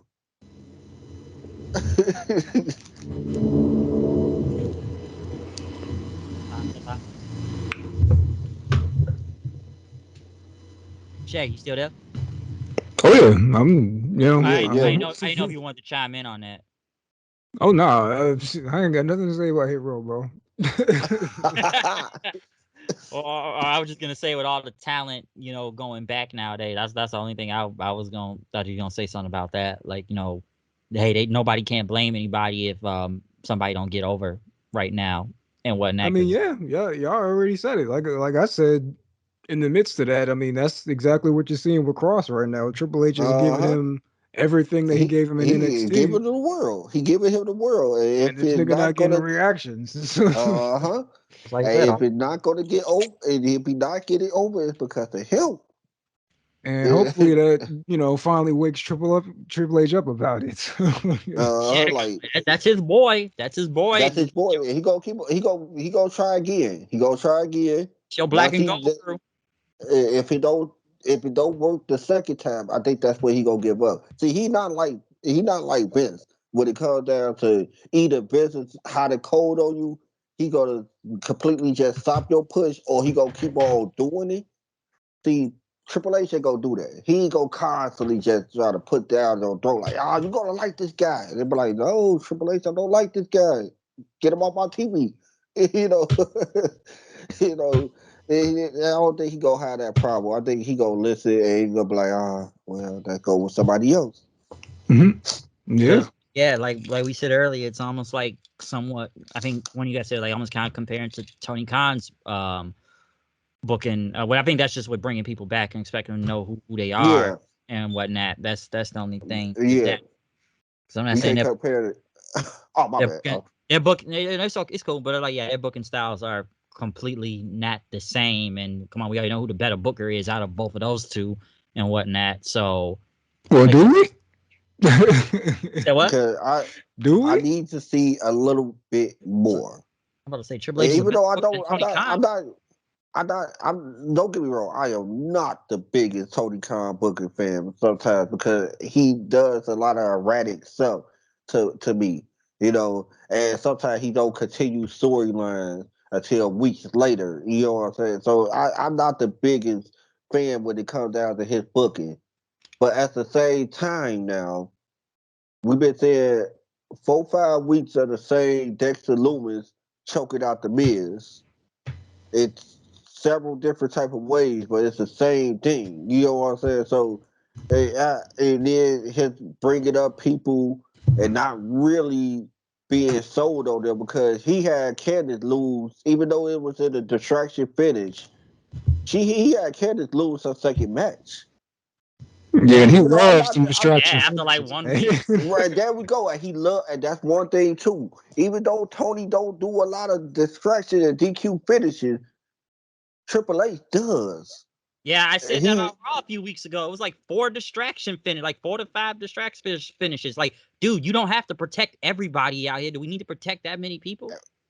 And here's the thing: when Steven was like, "Man, do we? We'll all get a slight edge to Triple H because I do like some of his booking better than Tony. I'll give him the slight edge, but then right now." You know, both of the shows ain't really like knock your socks off shows now. That's what I was getting at. Because I mean, right, both of them ain't knock your socks off shows now. It ain't like we gotta watch this stuff every week. We just watch it because we are hardcore wrestling fans. Right. When Bryce said it, I'm just saying I don't think it's just as cut and dry as one is clearly better than the other. Right. I don't think so. Doing shit that's kind of like, yeah, and that's what I was saying. That's what I was saying too. I was thinking too, like I don't think it's that cut and dry. I do give the slight edge to Triple H. You know what I'm saying? The slight edge. But other than that, like both shows ain't really knocking you off on ratings. Must see Monday Night Raw or must see Wednesday Night Dynamite. It ain't must see. None of them must see. Yeah, even like SmackDown, like I said, it's like, okay, what's actually important to really pay attention to? And it's not like you got Roman on there every week anymore. You only see him like sporadically right now. But I think he compensated for that. That's why he made the Intercontinental or the U.S. Championship feel more than what they were been feeling for the past few years. So he compensated for that. But at the same time, we need the belts to separate again. For real. Yeah, definitely. This whole double title thing, yeah, they need to go back to just having the WWE title and the Universal title on their own. Because I think he definitely needs to go back to that, like literally. Because now it's like, I don't want to compare it to Brock all the way when he was the champion and we barely saw him on TV and whatnot. But even I feel like we should just have, okay, you got one champ on this show, you got the other champ on another show. Yeah, I don't want to compare it to Brock either. At least I see Roman every other week or something, or every other few weeks. I see him. I don't. It ain't like every 4 months I see this nigga. You like Brock Lesnar. Plus, there's more actual character progression to what he's doing as opposed to just Paul Heyman cutting the same promo every time you see Brock Lesnar. Like we got this whole thing with Sammy and Jey Uso and all that. Like, I feel what you said right there. That was a good one. We do see at least more character development with Roman. We can see his group kind of crumbling a little bit. You gotta the Sami Zayn situation going on with the group, and it's more than just, ladies and gentlemen, my name is Paul Heyman, Right. and I'm the advocate for the reigning, defending. You get what I'm saying? So it ain't the same old thing over and over every time Brock Lesnar come back. You got Brock Lesnar ain't just saying nothing. He just jumping around with the belt. Brock Lesnar, and then Paul Heyman does what he does. And that get boring after a while, It did get boring after a while. Even Roman at some point, it was almost like, even though it's still, but at one point it was just like, acknowledge me, acknowledge me, acknowledge me. I'm gonna smash him. I'm gonna smash him. I'm gonna smash him. I think that was the beginning, as the character made you feel like he was such a big star. You know what I'm saying? That to the point that he could smash anybody, which he did. And when it came down to the character development, I started seeing the cracks. Like he started how to cheat more. And that's what really was like, all right, cool. The development of this character is getting better. It ain't just like Bright said, acknowledge me. Because before it was just like, all right, Jey Uso interference, Jey Uso interference, Jey Uso interference. That was most of the time. Just Jey Uso. Now you got Jimmy and Solo just got there, and Sammy and whatnot. So like I said, there's more going on, and just like multiple things going on within the group. Jay's always the hothead. He doesn't want Sammy there and whatnot. Jimmy is funny to me because just given that he daps up Sammy all the time I think that's hilarious and whatnot. And Solo was just like, yeah, he's cool. That's just kind of it. And Heyman does his shtick and Roman does his shtick. Yeah. So that's kind of how I put it. But yeah, other than that though, yeah, we are basically done here in this review. Yeah, I was gonna say, bring that joint home, bro, because I got time to bring home. Time to go home. I'm sure everybody's got something else to go do right now. And Yeah, whatnot. me too. I gotta go to the store soon. Yeah, same here. So, closing remarks, overall grade. Real quick, what do y'all want to say about that? Just closing. I get that joint a B. I give it a B minus. It's close to a C, but I gave it an edge over the C because of the simple fact that Edge versus Finn Balor match wasn't bad. It was just a tad bit boring after a while. Not after the first 15 minutes. So that's why I gave it that B minus. I think a lot of it hinges on how excited you are for what they did with Bray Wyatt. I think that's where a lot of people's grades are going to skew. Because mine, I'm giving it a straight up B. Because first match was dope, ladder match was dope. Finn and Edge got there, that was dope. And then the Wyatt thing I thought was friggin' amazing. So the stuff I didn't like on here got heavily outweighed by how they closed the show. And sometimes it's just how you leave them. I like what you just said right there. I agree. Love what you just said. I agree with most of that. So yeah, I've kind of in that whole B minus range, just like you said. Like I said, the Downy match, 6-man was really great. The SmackDown Women's Title match sucked. Terrible. Kross and Drew just kind of got boring and whatnot. The ladder match was great. Edge and Finn was really good, but I feel like I said in the last 15 minutes of the match was good because it started to drag that first 15. The main event, I wanted to like the main event, but it just like I said, a lot of people didn't care, and it just didn't flow well, and we were all just waiting for the end, and we already talked about how big the Wyatt thing was and whatnot. So I would stick in that B minus range and whatnot. So you guys got anything to plug for y'all go also? I mean, you know what really benefits this though is that it was like takeover cards where it's like 5-6 matches and it's not like 13 matches on this card. Like if you gave me 13 matches like we got on a different card a month ago, oh yeah, that was. Then I might feel a little bit different. But I mean, you give me 5-6 matches and then that big angle to close the show, then yeah, I rock with that. Yeah, like in a 2.5-3 hour time frame. Exactly. And whatnot. Not going a 6-hour pay-per-view, not going that long and whatnot. That's when people just start to feel tired and just want to get the hell up out of there and whatnot. Just kind of condense it, but still put on good stuff, and at least, you know, keep people's attention span going and not just drag everything out, because then it's going to be the point where it's like, okay, when we get into the end, Exactly. when we get into the end, you know, that like we've seen that already, like literally a month ago. So there you go. So you guys got anything to plug for you know, out here? Go ahead, bro. Oh man, no, just follow me on Twitter, straightface40. That's about it, you know. Black Shaggy, DAR lead as always. Metal and Kid 4 coming on SoundCloud this Friday. So yeah, we up, bro. It's lit. Yes, comment, subscribe, follow me on Twitter at Hooded Knight 890. So yeah, we are out of here. I got a lot of editing to do and other stuff and whatnot. So yeah, thank everybody for coming on today and whatnot. And we'll get to some other reviews sometime in the future. Don't know what show yet, but whatever's the next big one. I'm trying to think whatever is the next big one. Full Gear, Survivor Series, one of those. Right, you got right. Yeah, It's in November. Right, it's in November basically. this time. So yeah, one of those Yeah. two. Definitely one of those two. But yeah, other than that, out of here, and peace out to everybody.